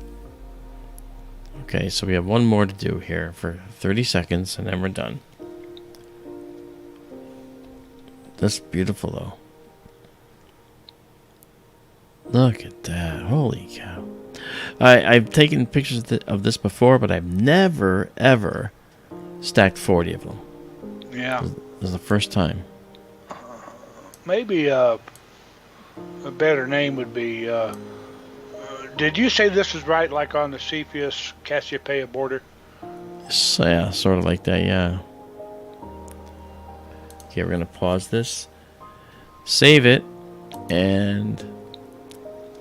Okay, it's saved. And now we're going to save the image just like you see it here. Save exactly as seen. Wow, that's really pretty. That's really pretty. I'm glad we did it, because I wasn't sure if it would be a good thing to shoot. But it certainly is. Look at all this. This can do some post-processing. Yeah. Well, we can. And look at this guy right here. That you can see that little area of ionized hydrogen, right? With wisps around it. This is just so dramatic in here. This is dramatic, guys. Dramatic. The universe is a dynamic place. Okay, so this has been saved up there. And I hate to clear it, but we'll be back. It's on its way. And now let's do the 1 second night vision shot. And now let's go back into our stellarium shot here. You had some requests the other night for the heart and soul. Yeah, we got to wait for them to get up higher. Because they're down here. They're down here. Let's see. I thought they were in Cepheus too. No, they're down below here. Oh, See, yeah, because I want to be able to show the double cluster. We might be able to. Let's go. Let's. You know what we're gonna do. We're here, so it's really not such a stretch to say maybe we can do it. So let's try it. We had a request for the double cluster the other day. It may not work. It might interfere with the building, but I'm gonna try and do this manually. We had a bunch of requests for the double cluster. Yeah. We had another one tonight early on too. Okay. Well, we're gonna try and get to that tonight. We're gonna see if we can do it. The usual suspects, probably. Yeah, probably. But you see where the telescope's going? Okay, we gotta try and keep the telescope from... I mean, it's not gonna hit anything, but I want to try and keep it so it doesn't have trouble finding it. Actually, if we keep going, we might actually be able to see the heart. The heart is spectacular. We might have waited long enough. But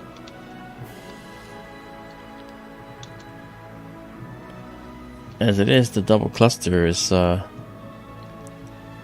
nearby. So let's go check it out.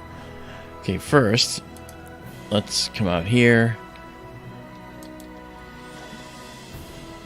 The double cluster has always been a favorite of ours for a long, long time. Oh yeah, me too. Back with my very first telescope. Yep. Double cluster in Perseus coming up. And if we can see that one, we can image the heart. And the heart is really, really something. So we're going to go a little north. Yeah. And then we're going to go a little west.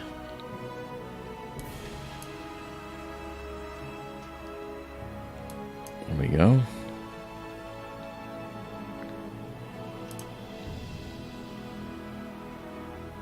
And there it is. Let's go down to a more reasonable rate. Head west. And we're pulling it out. There's a double cluster. Ta-da! Yeah, wait until you see this, especially on this night. It seems like it's a beautiful night for this. For clusters in general. Take the telescope a little bit south, not far. Alright, now, I think we're good. But we're going to do, in this case, we're going to do 10-second shots. And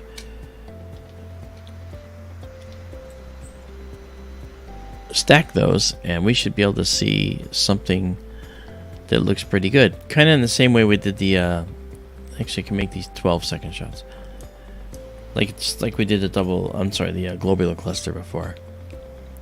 Alright, here we go. Now let's go live stack this. Alright. And make sure there's no red haze. And if there isn't, we're good. Oh, look, we're good, I think. Look at that. There's the double cluster, folks. Haven't we noted before the red stars in the cluster on the left? Yep, we sure have. Yeah. They're just foreground objects, perhaps.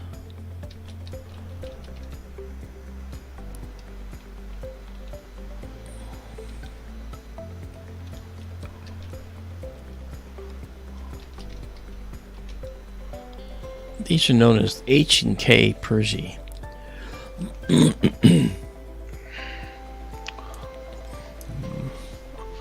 Proficient, good telescope. Don't get too hung up on magnification. As you said, 100x zoom. Telescopes are actually more about light gathering than they are magnification. Yes. That's why aperture is king. Yep. To a degree, at least. Until seeing gets in the way. Good night, Kathy. And hello, Proficient. Okay, Kathy, thank you for being here. Checking this out with us. Loved having you along for our Sky Tour live stream Cosmic Tour. Let's do a little zoom here. I don't like this. I never like the stark black. I like to actually add a little lightness to actually help with the contrast. And we're gonna knock down a little bit of the blue. Yeah, you really see those red stars starting to come out now. Yeah. Here's the one red star right here. Here's another one here. Another one here. And two over on the upper left. hey, where'd you go? Whoops.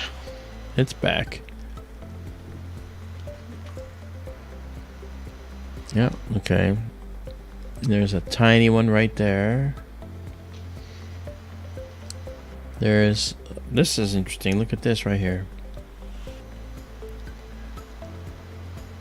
Right there. Two red ones and probably a very close set of them there. Couple there, one there. These M dwarf stars are the most populous star in the entire universe. There's more of them than any other kind, and they have the lion's share of the planets around them. Now, M stars are not always cool red dwarfs. They could be cool red massive supergiants too, and they're only classified as M because the outer atmosphere it's expanded so much that the temperature cools way out there. In fact, molecules form in the atmospheres of these stars, and that's one of the ways in which we know that they're red giants, because their spectrum tells us that there's this material forming in the outer atmosphere, which won't necessarily happen with an M dwarf, but they're still cool. Like Betelgeuse, yes. Massive red giant, supergiant. Look at that though, huh? Izabela has a good question. How do you know they are M dwarfs, but not red giants that are very far away? Because of the spectrum. When we look at their spectrum, it tells us about that. I mean, the temperature is the same, but the spectrum looks different. And based on the spectrum, we know whether it's a red giant that's been dredging up material from deep inside.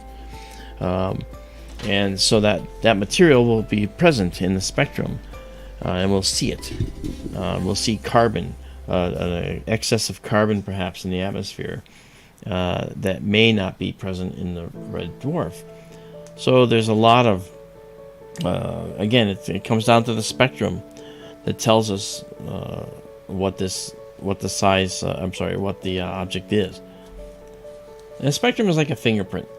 You know, a supergiant will not have a spectrum of a red dwarf, and vice versa. You'll see some similarities, but you won't see an exact match.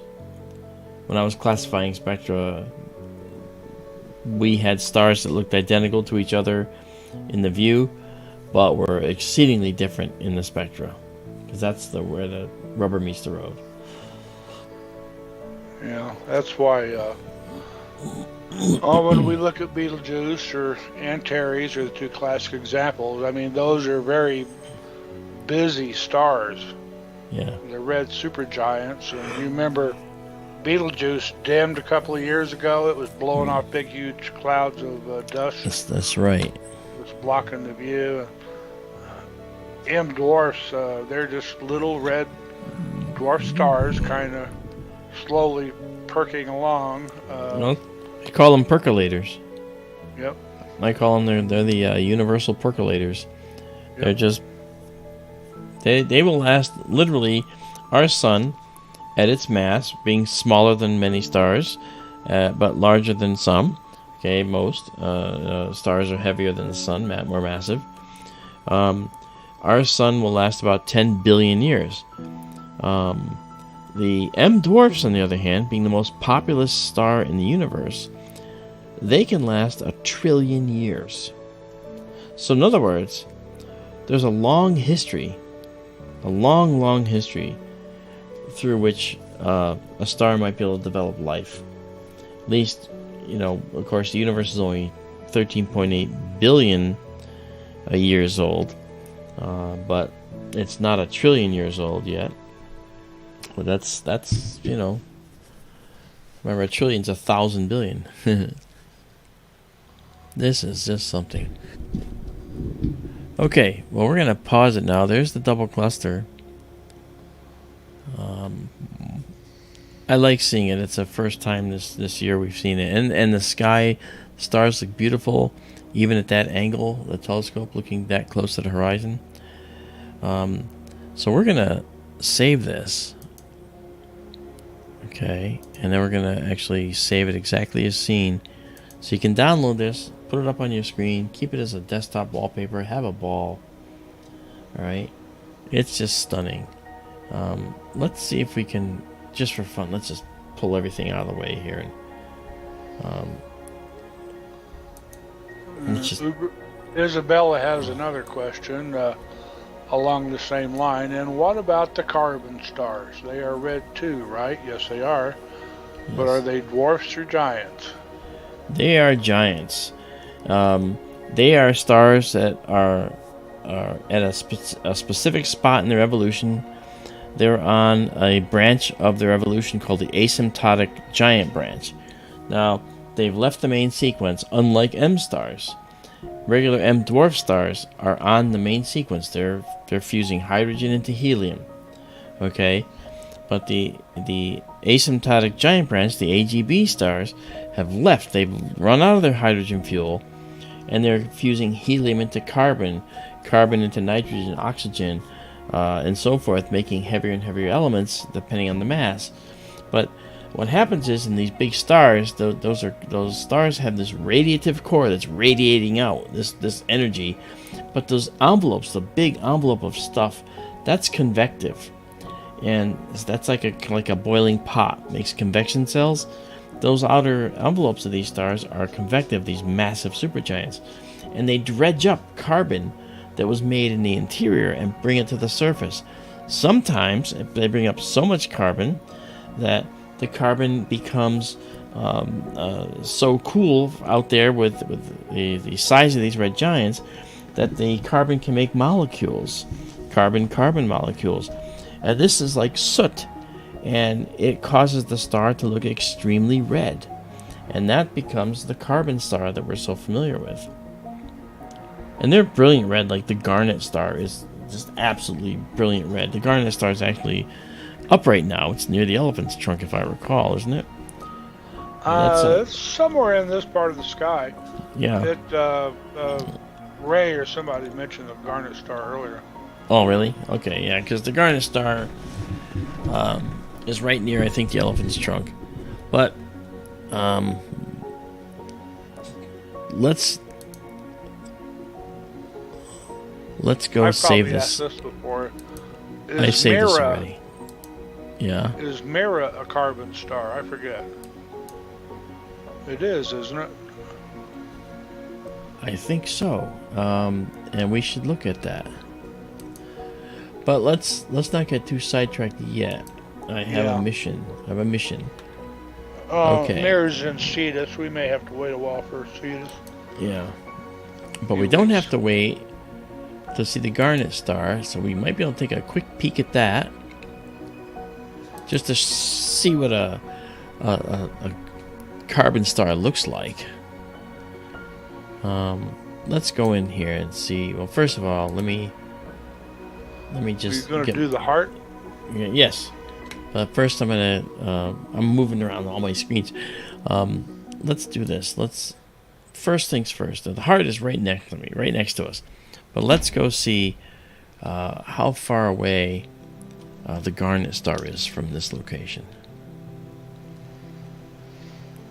It's not known as a Garnet star. What's the name of this? Is it Herschel's Garnet star? Maybe it is. Heinz Garnet star? No. There's a designation for it. Can you look it up online? I'll just go to the heart. We'll do it after this, maybe.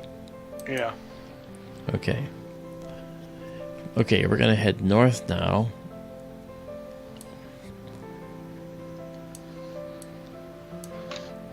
And we're going to go a little bit faster.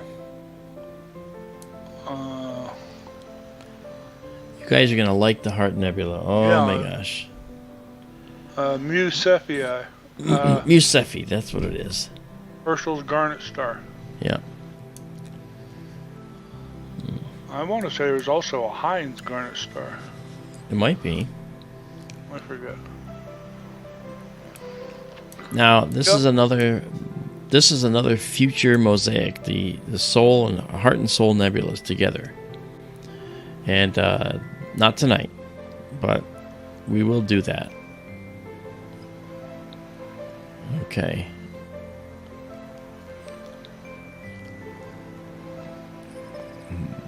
You are gonna like this, I can tell you that.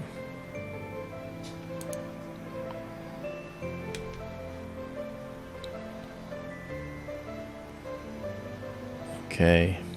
Hedrick, center of the Milky Way is either close to setting or set already now. It's down near the tip of the teapot in Sagittarius, and that was getting low earlier tonight. It may have set already.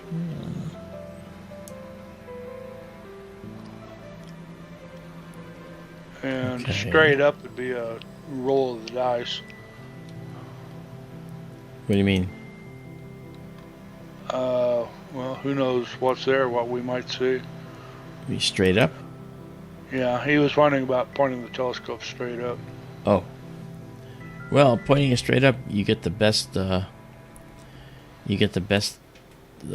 potential view. Yeah, and that was part of his question too. Okay. Is straight up always best for contrast and seeing conditions? Yes, you could say that as a general thing. In fact, that's a very good point. Alright, so let me just do this and center on that. Okay, so that cluster is there.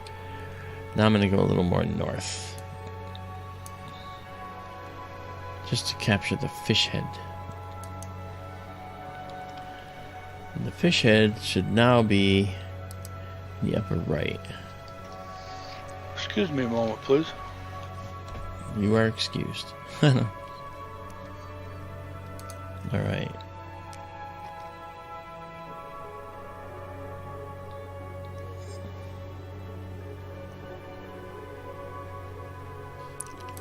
Let's do a 25-second shot here just to see where we are.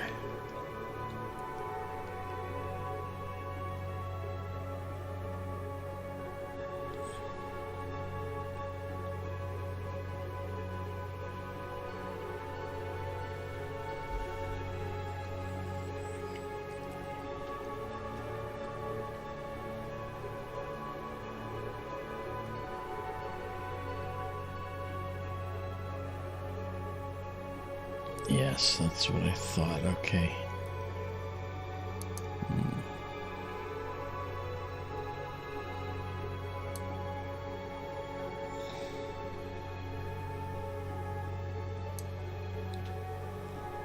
Okay.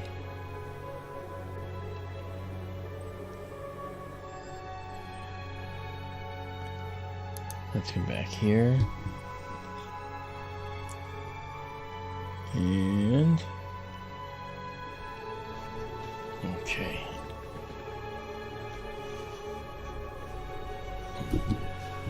All right, now I see what's going on. We're just a little bit off center with this. Let's try this.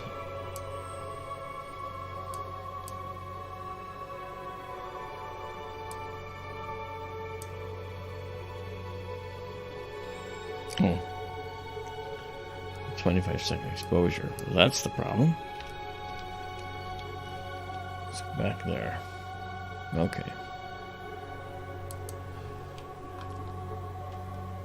Right there.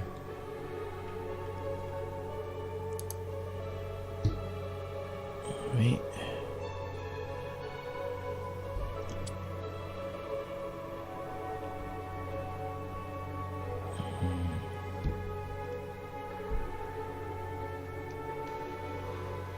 Okay.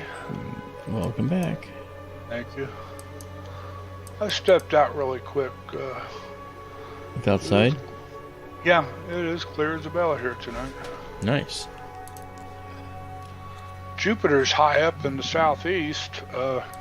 Yeah. I know, it's like when we tried looking at Saturn, you know, it's not ideal with your telescope, but maybe to end the night on. People could see the moon's Jupiter at least. Yeah, we Thought. let's do this. Okay, we're doing that. I am live stack this. I want to just see the segment that I've captured here.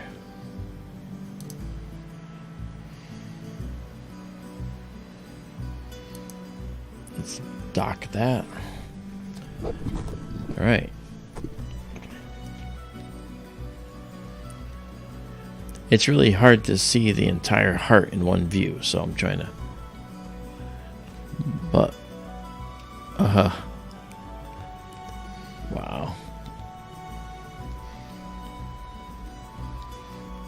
So there's the heart, and if we, it's a beautiful, beautiful nebula. Another day we'll do the composite. So what I'm going to do is I'm going to do this. I'm going to... Fish head is just out of view at the top right, correct? Top right, yes. So I'm going to move us over. So I'm going to bring it back this way. Let me, first of all, set the speed from 0.25 degrees per second to 16x. Here we go.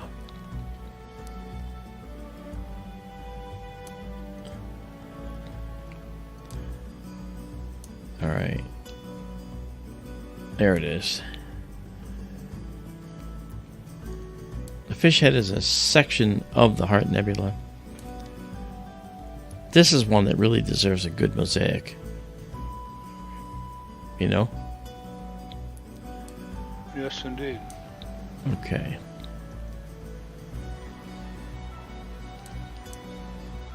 So we're gonna start. Well, we're not gonna do the mosaic tonight, though. There's one more thing I want to show after this. And it won't be the soul. We're gonna do it another night. The soul is on our Sky Tour live stream. Well, it's actually on my Facebook page. The soul is the actual profile image. Okay, so we're guiding here.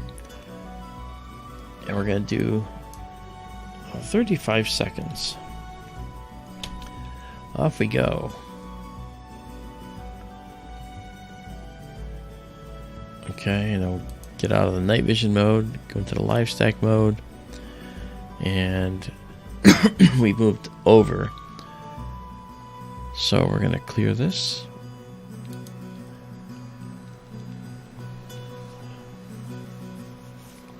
This is another beautiful nebula that has, again, it's a stellar nursery, and it's just amazing.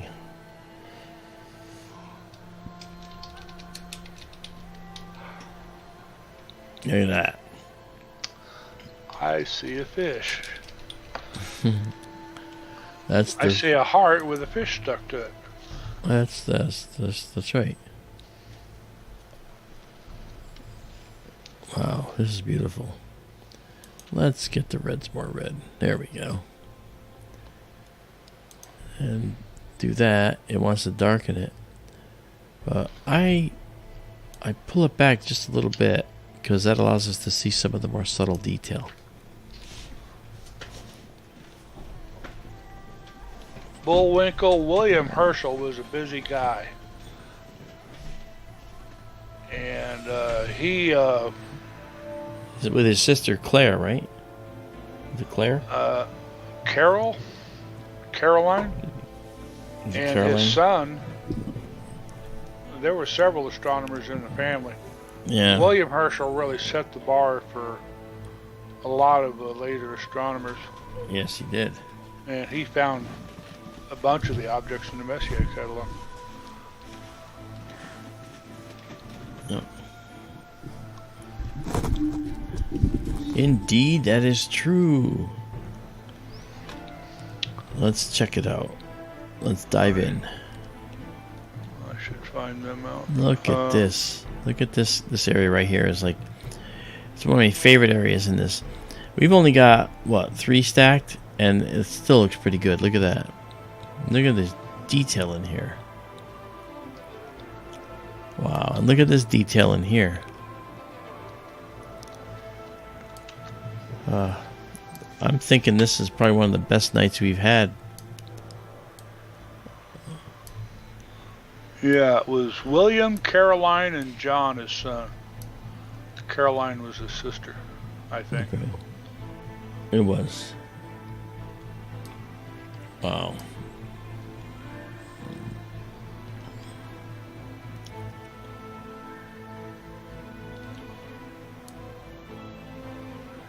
Hmm.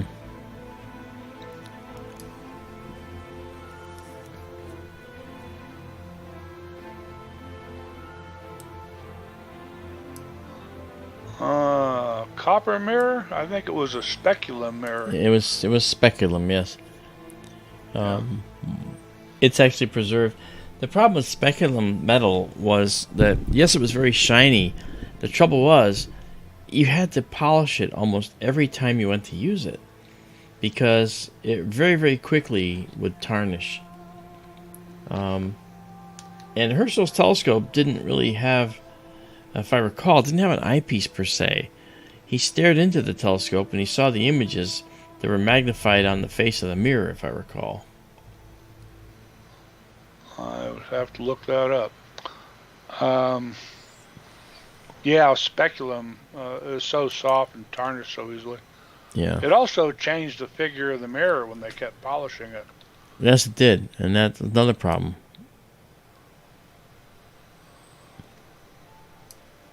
Wow.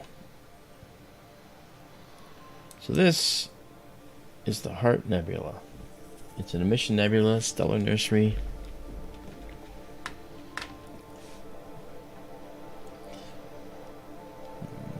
Wow. And make sure you guys, if you can, ring that bell, hit the thumbs up, make sure you give us a shout out on all your social sites. Let people know where we are. The more people we get, then the more attention we get, and the further along we can go, the more we can do. Our goal is to just get more telescopes to actually increase this. By the way, just so you know, I'm working on a system so that this is our wide angle view of the heart. Well, now imagine a second telescope that we bring online, and at the same time that we're doing this, that we're actually capturing the heart in wide view like this, a wide angle view, a second telescope is going to be looking at a view like this and be in close. And you will see both of those images concurrently at the same time. And we'll be able to swap back and forth between them or show them both on the screen. Not sure how that's going to work yet, but we're going to be able to do both of them at the same time. We're going to control two telescopes at the same time. And that's going to be the cream of the crop when it comes to the way telescopes are run.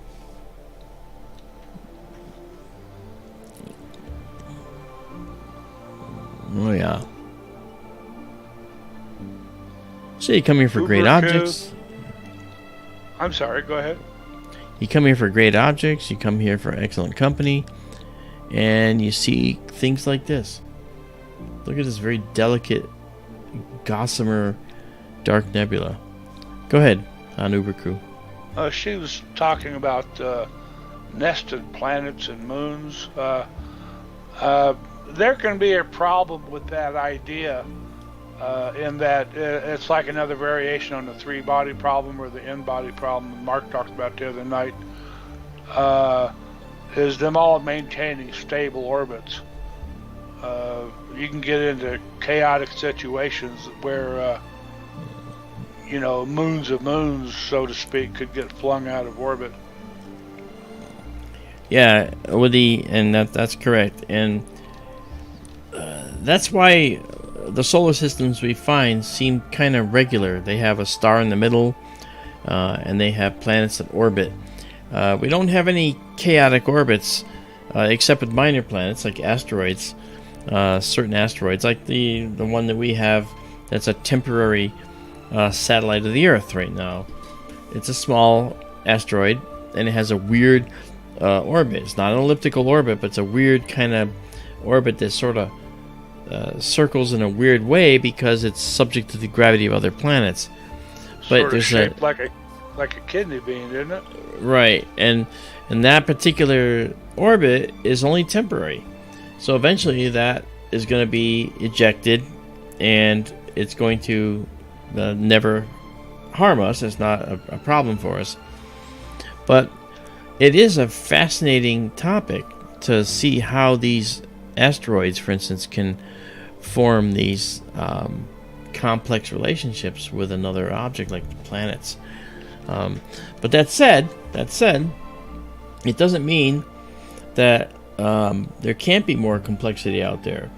As it is, it's pretty complex when you think about it, that we have a planet like Jupiter going around the sun, and it has 70 plus moons, right, going around it. And it also has a ring. Now, it's very faint, okay, but it's there, you know. So we do have complexity on our own. We have some interesting relationships between transient objects like comets that come back over time. Sometimes, though, they get perturbed or disturbed out of their orbits and end up going on a fatal plunge into the sun or into Jupiter. Jupiter and the sun are the cleanup hitters for this solar system. And most times, if something's going to happen, Jupiter's going to take the brunt of the impact, or the sun will. You know. Saturn has some really interesting behavior among its moons. Yeah, it does. You know, you've heard of the shepherd moons and stuff like that, and yep. the weird things they do to the rings every time they come around. Yet they seem stable. Well, keep in mind, right? Keep in mind that this is beautiful. Look at this. Yeah. Wow. Look at that. Oh, my gosh. Well, keep in mind that when you have planets and moons orbiting the planets, those moons enter into a resonance because they're affected by the gravity of every single other object that's orbiting that planet, including the planet itself, of course. So when we watch these moons and we look at the way they orbit, we notice they have certain resonances. Jupiter's moons, in particular, the Galilean satellites, do have a resonance where for every number of times Io goes around Jupiter, okay, Callisto on the far outside will go around a certain amount of times to Io's particular number it goes around. That's always the case. It never changes because that's the resonance that came to be. Okay, we have 17 of these right now. This is beautiful. My gosh. Look at this.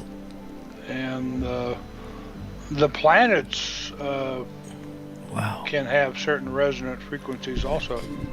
Yeah, like Mercury does. Yeah, and there's a resonance between Earth and Venus, if I remember correctly.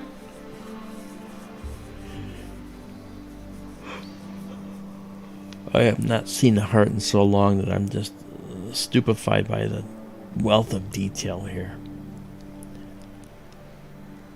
This system is performing very well. I think you'll agree. Hey there, Michael Klagus. How are you? Oh, he's working on the Helix. Yeah. You know, I saw, I'm telling you, people, when they're free of science, they make up the rules any way they see fit. There's some guy on Facebook that was saying that the Helix is a result of a star that was destroyed by a megalomaniac. Oh my gosh. I said, actually, not true. You can still see the star in the middle. It just happens to be a white dwarf. And we know that takes a certain amount of time to occur. And we also know that this is a planetary nebula and how it forms. And we can measure the speed and reverse engineer how fast it occurred and when it occurred. Not only was the star not destroyed, the star is still there. We know the temperature. We know what constitutes the envelope around the Helix Nebula. So And they don't want to hear that, you know. They don't want to hear that. Don't bother me with science. I've already made up my mind what I want this to be. You're getting into flat Earth territory there. No, I'm actually getting into Billy Meyer territory. These people who believe that this idiot Billy Meyer actually has some kind of connection with aliens and can talk to them. You know, I've caught him in so many lies. I've actually been able to show that his spacecraft that he's photographing all the time, and he photographs spacecraft. Oh wow. Well, you know, the wire from the lights hanging into the shot, and you see a toy car that's somewhat out of focus, and a ship that's supposed to be hovering over it totally in focus. Okay, and that ship that he made out of Christmas tree ornaments, and the base is the exact lid from one of the storage barrels in his shed. It even has a little pull tab lip on it, and the ridges. It's like, oh, it's embarrassing, you know. And when questioned about this by people, he said, well, the aliens made their ships in a way that looked like something I already have. Okay. Right. You know, don't get me wrong. I believe in extraterrestrial life. I even believe that they're here. But I think that Billy Meyer is certainly not the guy. I think he's been I call him Liar Meyer for a reason. I wonder how many viewers I just lost saying that. Well, what I meant was people that... it sounds like he's doing it on purpose, but, you know, they don't understand science. They don't understand laws of physics. Yeah. And, you know, they think up whatever, or they try to reason it out on their own. And what they come up with, you know, has little or no connection to reality. Yeah. But it suits their needs and seems to fill the holes and answer the questions for them. Well, what I usually say is, you know, if you're science free, you're free to make up the rules of the universe any way you want. You know? And so if you're doing non-science, the difference between non-science and nonsense, it's very close, you know? Yeah.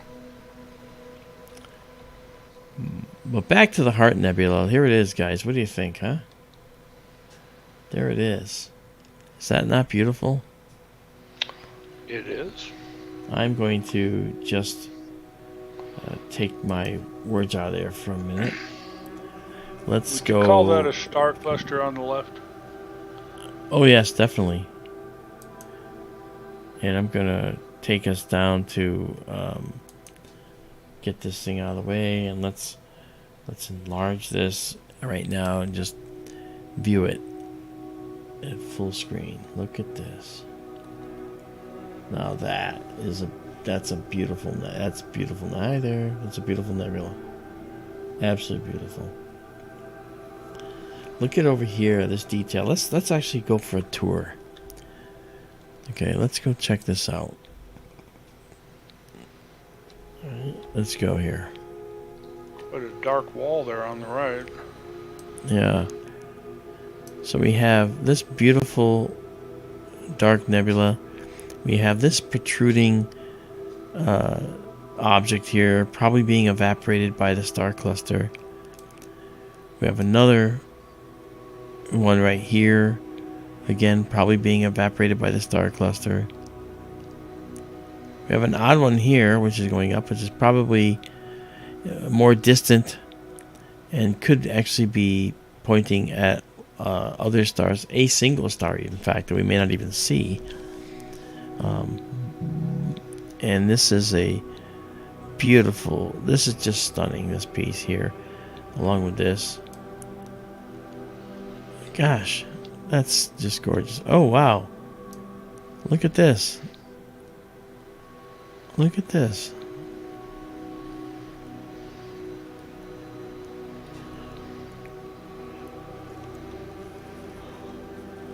That's a beautiful dark nebula.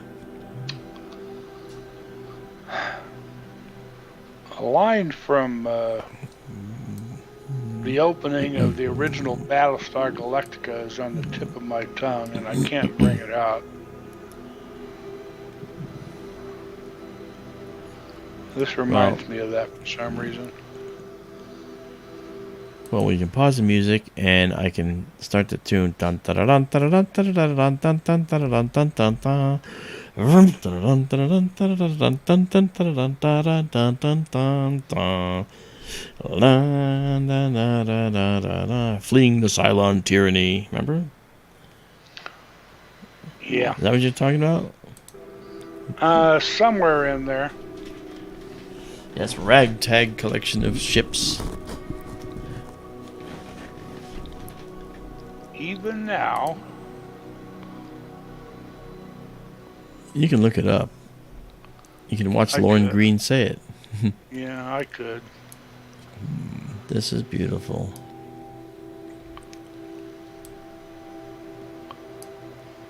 Wow, that's amazing. Okay, we've got 31 of these stacked. I think that's enough for the Heart Nebula. That's just beautiful. Wow. This is one of the best hearts we've done. Best one. I probably dare say the best one. I actually don't know if we've done this since we've collimated.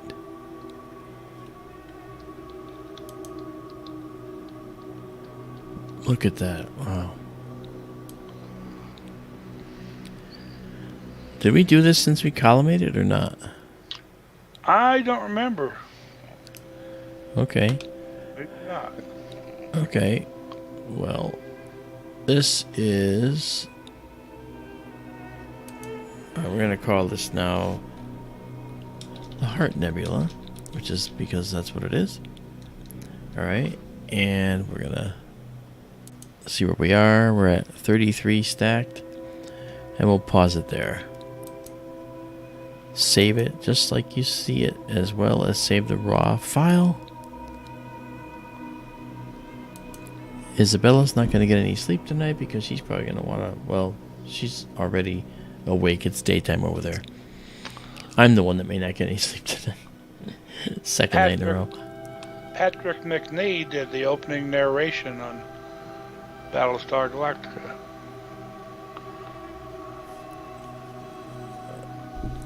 Okay, because it was Lauren Green at the end of each episode that said, "Fleeing the Cylon tyranny, a ragtag collection of ships," or something like that. Ragtag collection of ships fleeing the Cylon tyranny toward a place in the heavens called Earth. You know, that kind of thing. That's not quite fully true. Closing narration was by Lauren Green. Yeah. Fleeing from the Cylon tyranny, the last Battlestar Galactica leads a ragtag fugitive fleet on a lonely quest for a shining planet known as Earth. Earth, yeah. Don't come here, you idiot! You're gonna bring them here. Wow. And the opening, there are actually two versions of the opening.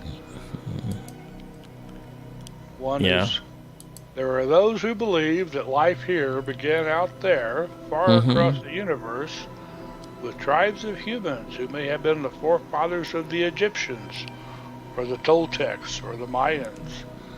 They may have been the architects of the Great Pyramids, or the lost civilizations of Lemuria or Atlantis.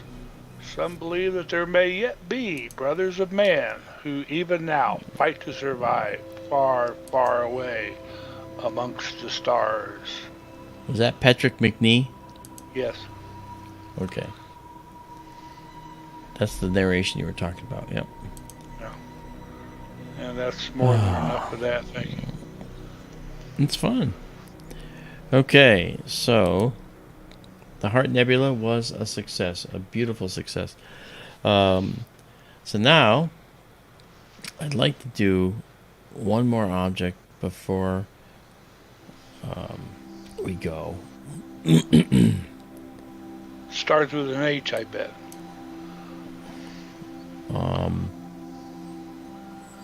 No. Okay. What were you thinking? Me? Nothing. Yeah. Starts with an H, you said. right, Helix. Oh. Michael made me think of it. Yeah, see? Right near the elephant's trunk. Yeah.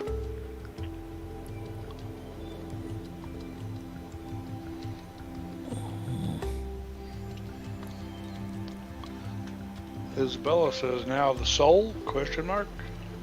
Yeah, no, not yet. Come on. There we are. Alright, let's Oh, the Garnet Star. yes.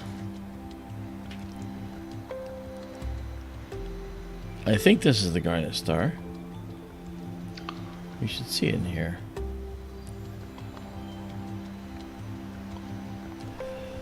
Oh, come on. No, I'm not seeing it. This is,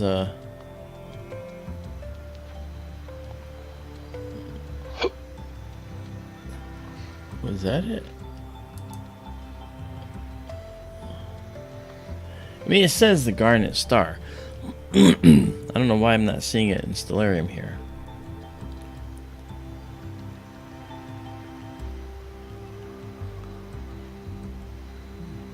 Well, we could end on we could actually go to the Helix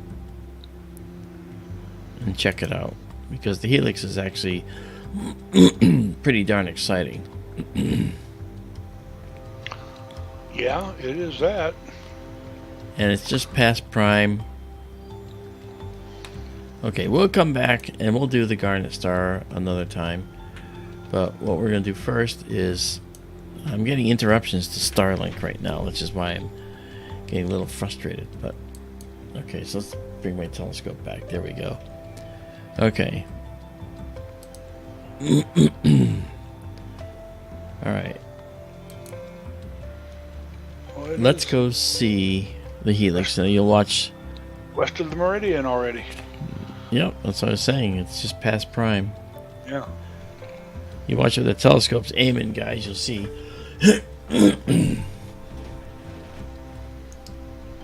Cosmic rays, right? I wanted to do the Garnet Star, but as it is, we're gonna wait on that because it's a very orange star. But I want to actually show the Helix. So first things first, we're going to our waypoint star, which will take us off to the Helix.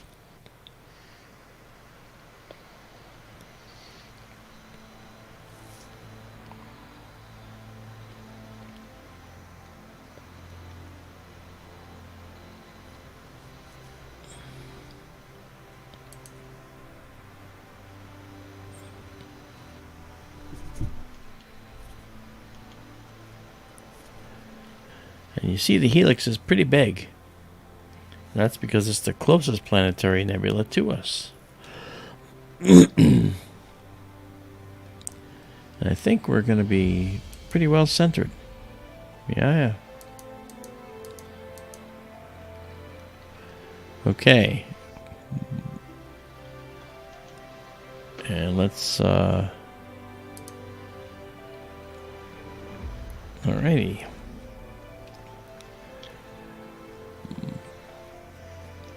And we'll do 35 seconds on the Helix here.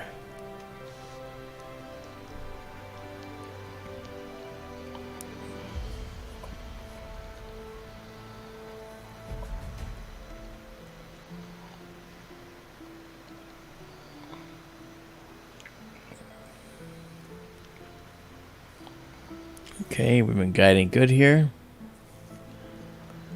Now we will get out of our night vision mode. I'm gonna dock the stack for now.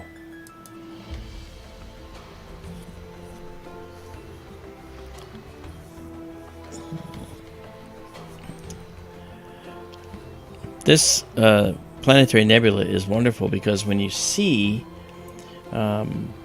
the center, you'll see the star in the middle. That's a white dwarf. It's got like 40,000 Kelvin, and it's spewing. Look at that! It's spewing a tremendous, copious amounts of ultraviolet radiation. This is really pretty.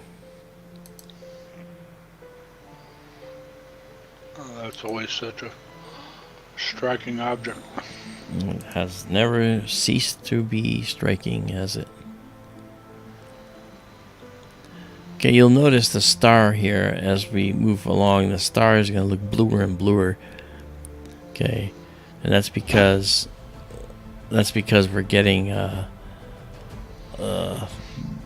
lot of ultraviolet radiation. It's at the blue end of the spectrum. The star is really, really hot, and in space, in the universe, stars that are very, very hot are blue. White hot is cooler than blue hot. Notice the radial lines here. You see these lines, these radial lines? These have been invisible to us in the past. Tonight they're actually visible. I think that this is a good night for objects.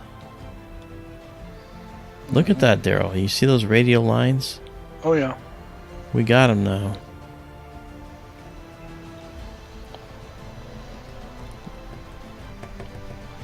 Nice, very nice. This is one of those objects that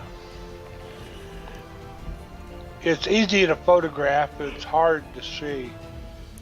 It's the closest planetary to us, and it's pretty large on the sky, so the light is spread out and makes the size it really, of the full moon. I'm sorry. A little less than the size of the full moon. Yeah. Makes it really hard to see with the eye in a telescope. I've seen it exactly once. That was just a little part of it, and that was in a 14-inch telescope with I think it was a hydrogen beta filter, if I remember right. You must have been looking at this side. From a dark sky location. Yeah, I think we were. Lower right side. Wow. So that star is looking bluer. That's again the white dwarf, very hot and blue. It's just this is not a pleasant place to be because it's full of hot radiation. Let me see if I can. There you go. So by pulling this down, you can actually see that blue color even better. Let me just zoom in on that for a minute.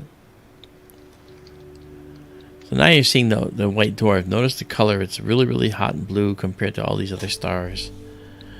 That blue is the tracking on one particular pixel that's not active at the moment. They come and go. But there you go. That's what happens. So let's do this again. There we are.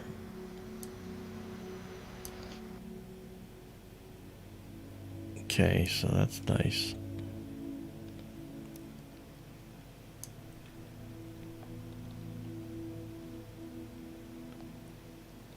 Very nice.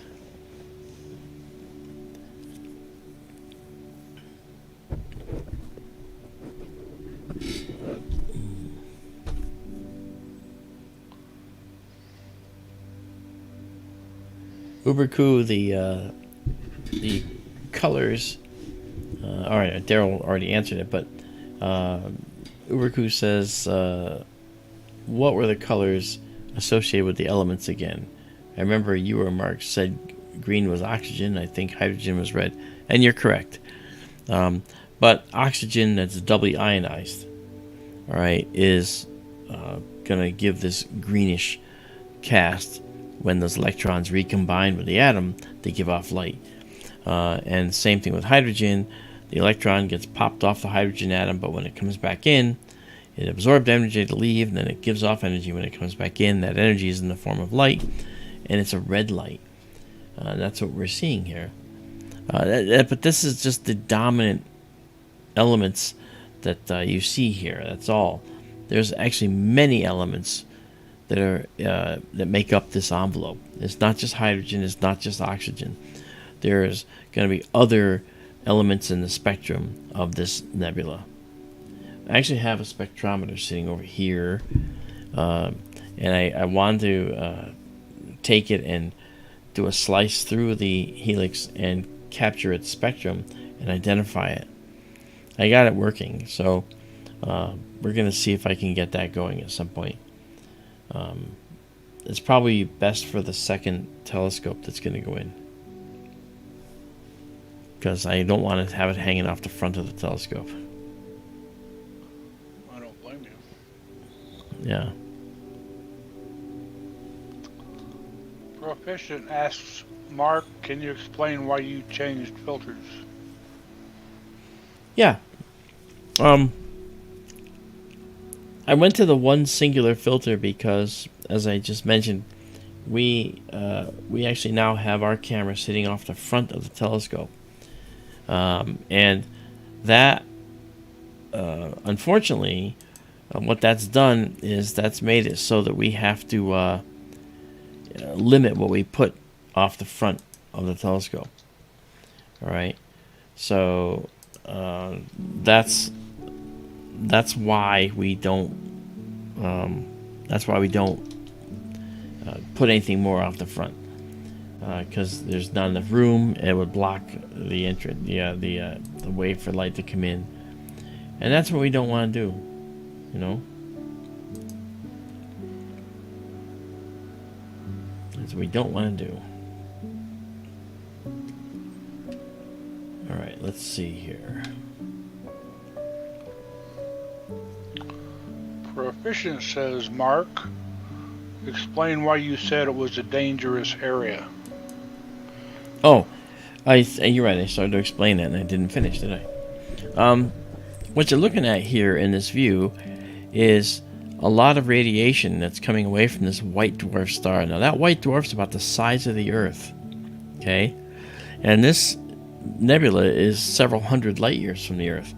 And still, we see this tiny point light of blue that's saturating our sensor enough to make a blue dot.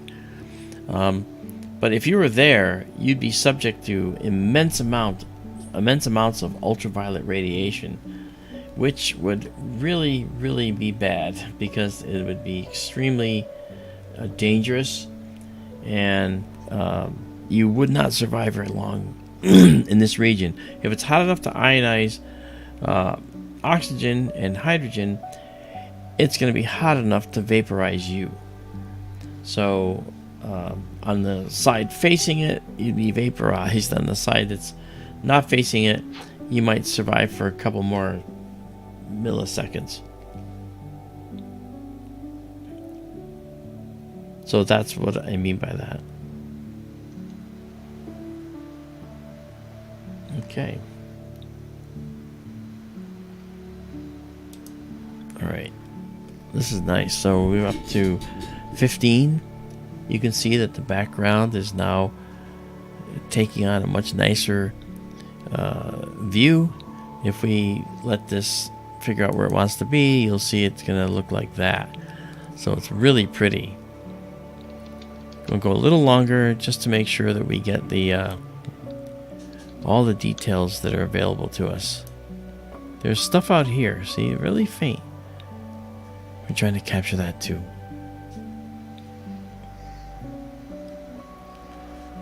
Very much so. Okay.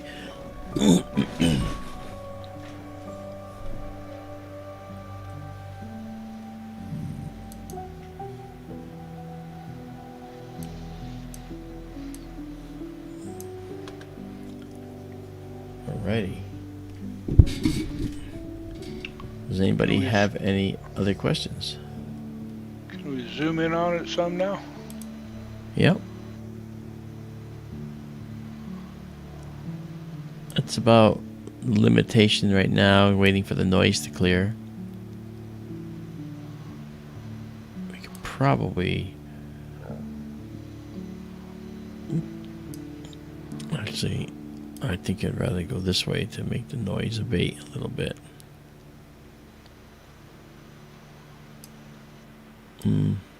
Not bad. Izabela says, is it dangerous only for biological stuff or also for equipment?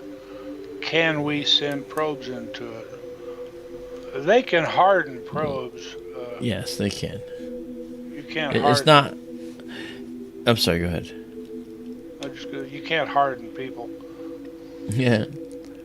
Yeah. This is not ionizing radiation, although there's to be a good component, possibly of gamma radiation or something dangerous to people and machines.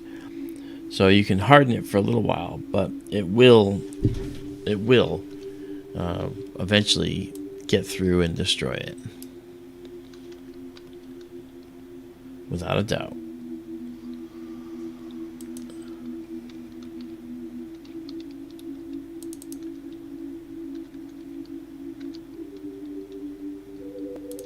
Okay, let's see here.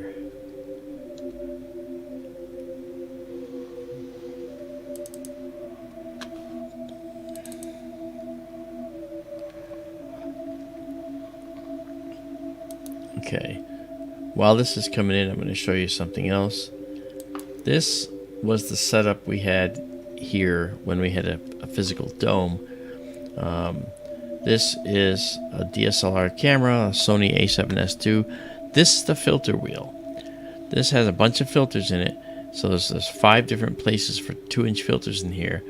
And I would control them via the program to rotate through, take pictures.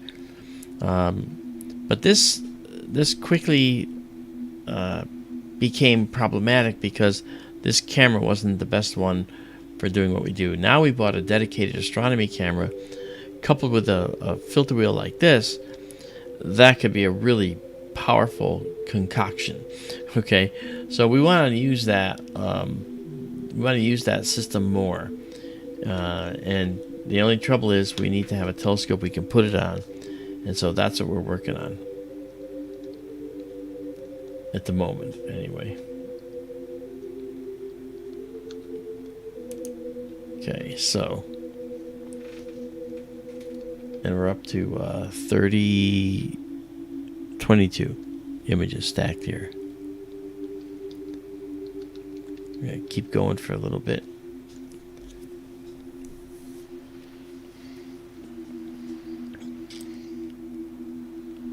And you notice the benefit of doing the stack because you can see how it benefits us, The noise gets absorbed and destroyed. The noise is destroyed.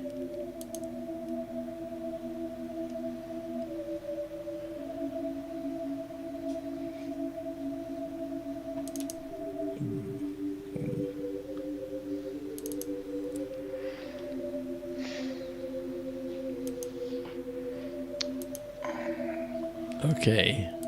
All right. Now, while we're still waiting, I'm going to take us over and show you. This is the current setup out in the building. All right. This is the 10-inch diameter telescope.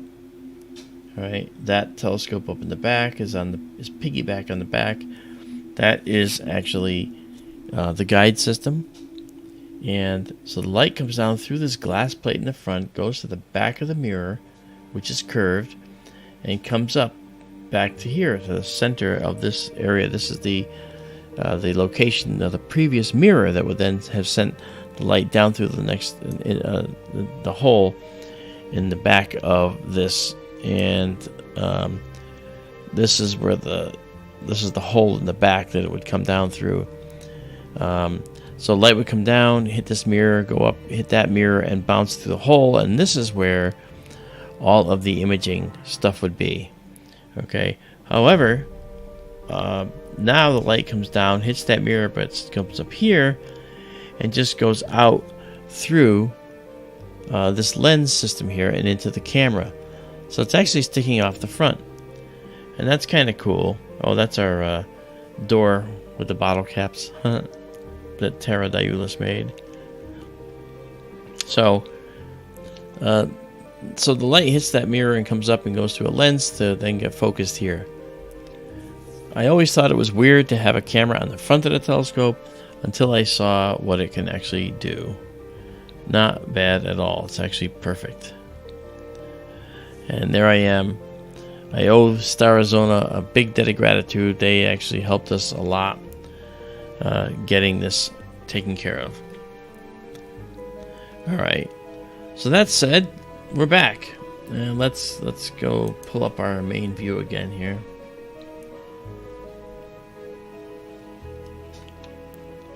"27 shots.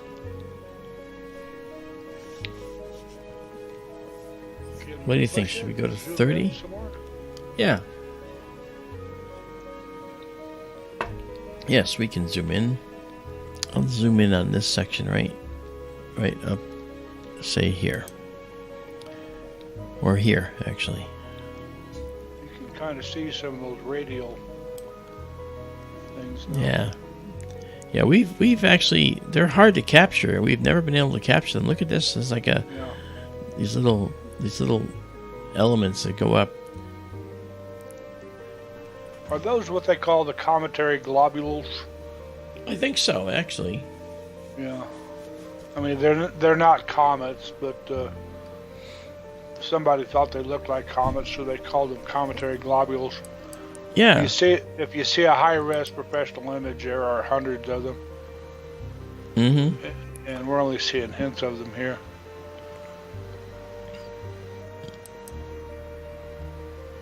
What, this isn't a professional image? Well, you know what I mean. So yeah, these are the globules. This noise I'll get rid of on the image. James has a question for you. James Dugan. Mark, have you thought about going back to the old setup, f6.3? I think it was with the reducer. Actually, this telescope wasn't f6.3. This one was f8. Behind me is the f6.3. And that one, I was thinking, yes, of setting up. But that's the East Coast Observatory telescope. The West Coast is going to have the multiple telescopes in the building because of the fact that it's such a much better site. This system out here is probably going to be relegated to doing things with star clusters and spectra using the spectrometer. But we are going to still do visual stuff as well. Legolas Lex says you should add this one to the prints available for sale. It's up there already. But what I'll do is when I get better ones, what I do is I swap them out for better ones. You know? Yep. Yes, this is a 10-inch Meade LX600, correct, Cosmic Ray. And Michael Clay says, how much does that scope cost? The scope alone was about $5,200. Camera, the additional Hyperstar lens, you're adding another 2,000 and change. So just the optical train of this telescope is overall about $8,000 because the filters are actually very expensive. The UHCS was expensive, and I'm counting the radiant filter in that, which is a narrow band all-in-one filter as well. That's not counting the Hyperstar, though, is it? Well, the Hyperstar was like $1,200, and the camera was about $1,000, so that's $2,200 right there. Okay, you had them lumped together. Yeah. So we're looking at about $8,000, and that's just for the telescope system. The wedge, the thing it sits on at an angle, well, that was, $1,000, $500. And then we had the pier. I had to have that welded and made to my specs, and that cost money. The building cost a lot of money to build. So it was, overall, we're into it for quite a bit of cash. But this telescope was made with all of your donations, because this telescope serves everybody. And so we did a GoFundMe, and the GoFundMe is what paid for all this. It was wildly successful. Never thought it would be. Hoped it could be. So it's cool.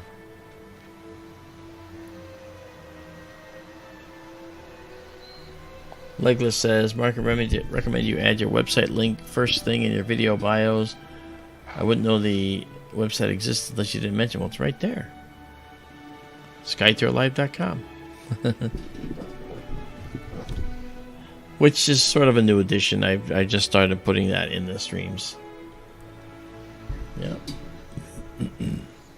What's that? The link. You wanted to see the link. So there it is. SkyTourLive.com. It's like dancing dink, dink, dink, dink. Yeah. Oh, okay. I had to go look at the YouTube. Oh, yes, you're right. You don't see it. No. Yep. Oh, yes. Field Tested Systems. That's Tom Field. He's actually a good friend. And Tom Field is a superstar of spectra. If you want to do your own, he has a beautiful grating that you can screw into to an existing system, and you can then take your own spectra on a DSLR camera. I've done it, I've used it, and it's really quite cool to see Vega's spectral lines for the A0 Roman numeral 5 star that it is. Yep, really cool. Hello, Taryn Marie. We're all still up. Yeah, I'm going to have to call it night pretty soon. Okay, well, we're at 38. We're at 38 here. All right. So what I'll do is I will go to 39, and that's it. Okay. You know, you talk all the time about, boy, this is the best view ever. I think I'm seeing things here tonight I haven't noticed so much before. There's like a central zone there inside the nebula around the white dwarf. Right here? Yeah, that circular thing. And yeah. See light and dark inside that. And yeah, like right here. And the cometary globule things we talked about, there's several of them over on the right-hand side facing in. Right. There's one here. Higher up, there's a bunch of them there. They're rather faint, but you can see them right like there. Here? Yeah. I see them. Now, all the stars you're seeing here, guys, these are stars that are either in the foreground or beyond the nebula. Okay, so that's the thing. The nebula is very close to us, relatively speaking. But yeah, this is nice. Okay, let me save this exactly as seen then. Oof, wow. Well, there we go. Let's just back out and see how it looks all in one shot. Here it is. The famous Helix Nebula. I think that was by request, wasn't it? I sort of did. Michael Plagas, I think it was, said he was trying to image it earlier in the stream. Yeah. Well, Michael, how'd you do? And we talked about it, doing it the last stream. Wilkins Wilkins NC, is that Wilkins, North Carolina? Newbie here, thanks for the backstory and you both for the entertainment. Well, that's cool. You know, I'm a loudmouth astronomer. That's all I do is talk about astronomy, apparently. And Daryl is what I call an astronomer's astronomer. He's knowledgeable about the sky, the events, and placements of planets and things that, as an astronomer, I don't pay enough attention to. So he sets me straight even when I go wrong. And I can go wrong sometimes. But it's great. And so I think together we kind of both offer our own perspectives. You know, I can talk about the chemistry. Wrong once, but I was mistaken. Yeah. Oh, that's funny. I remember that. Yeah. I can talk about the chemistry of these things all night long and what's going on. Daryl can talk about, how far it is from the Earth and, the history of it and things like that. So it's sort of a complementary thing, We don't compete for the factual data. We just add our own complementary data. Uber cool, there's tons near the Scorpion, but the Scorpion is down. Yes. Scorpion's set early after dark. Yeah. I'm sad Scorpius is gone. I really wanted to do another row of Yushi complex. Yeah. And the Comet's still up there, too. That's right. We saw it. Well, folks, guess what? You've reached that point once again. And we will we'll come back. We always do. Right? So what we'll do is we'll make sure that we come up with the next clear night, which for us now looks like it's going to be a lot of them. All right. So I wish you the best of nights, and I will see you guys the next time. Thanks for joining us. Remember, skytourlive.com, and you can it'll take you to these objects right here. Download them just like you see them here, full size. All right. So enjoy that, and you guys have a good night. All right. Thanks for coming along for the ride. Loved having you. We'll see you later. All right, everybody. What he said. Good night, everybody.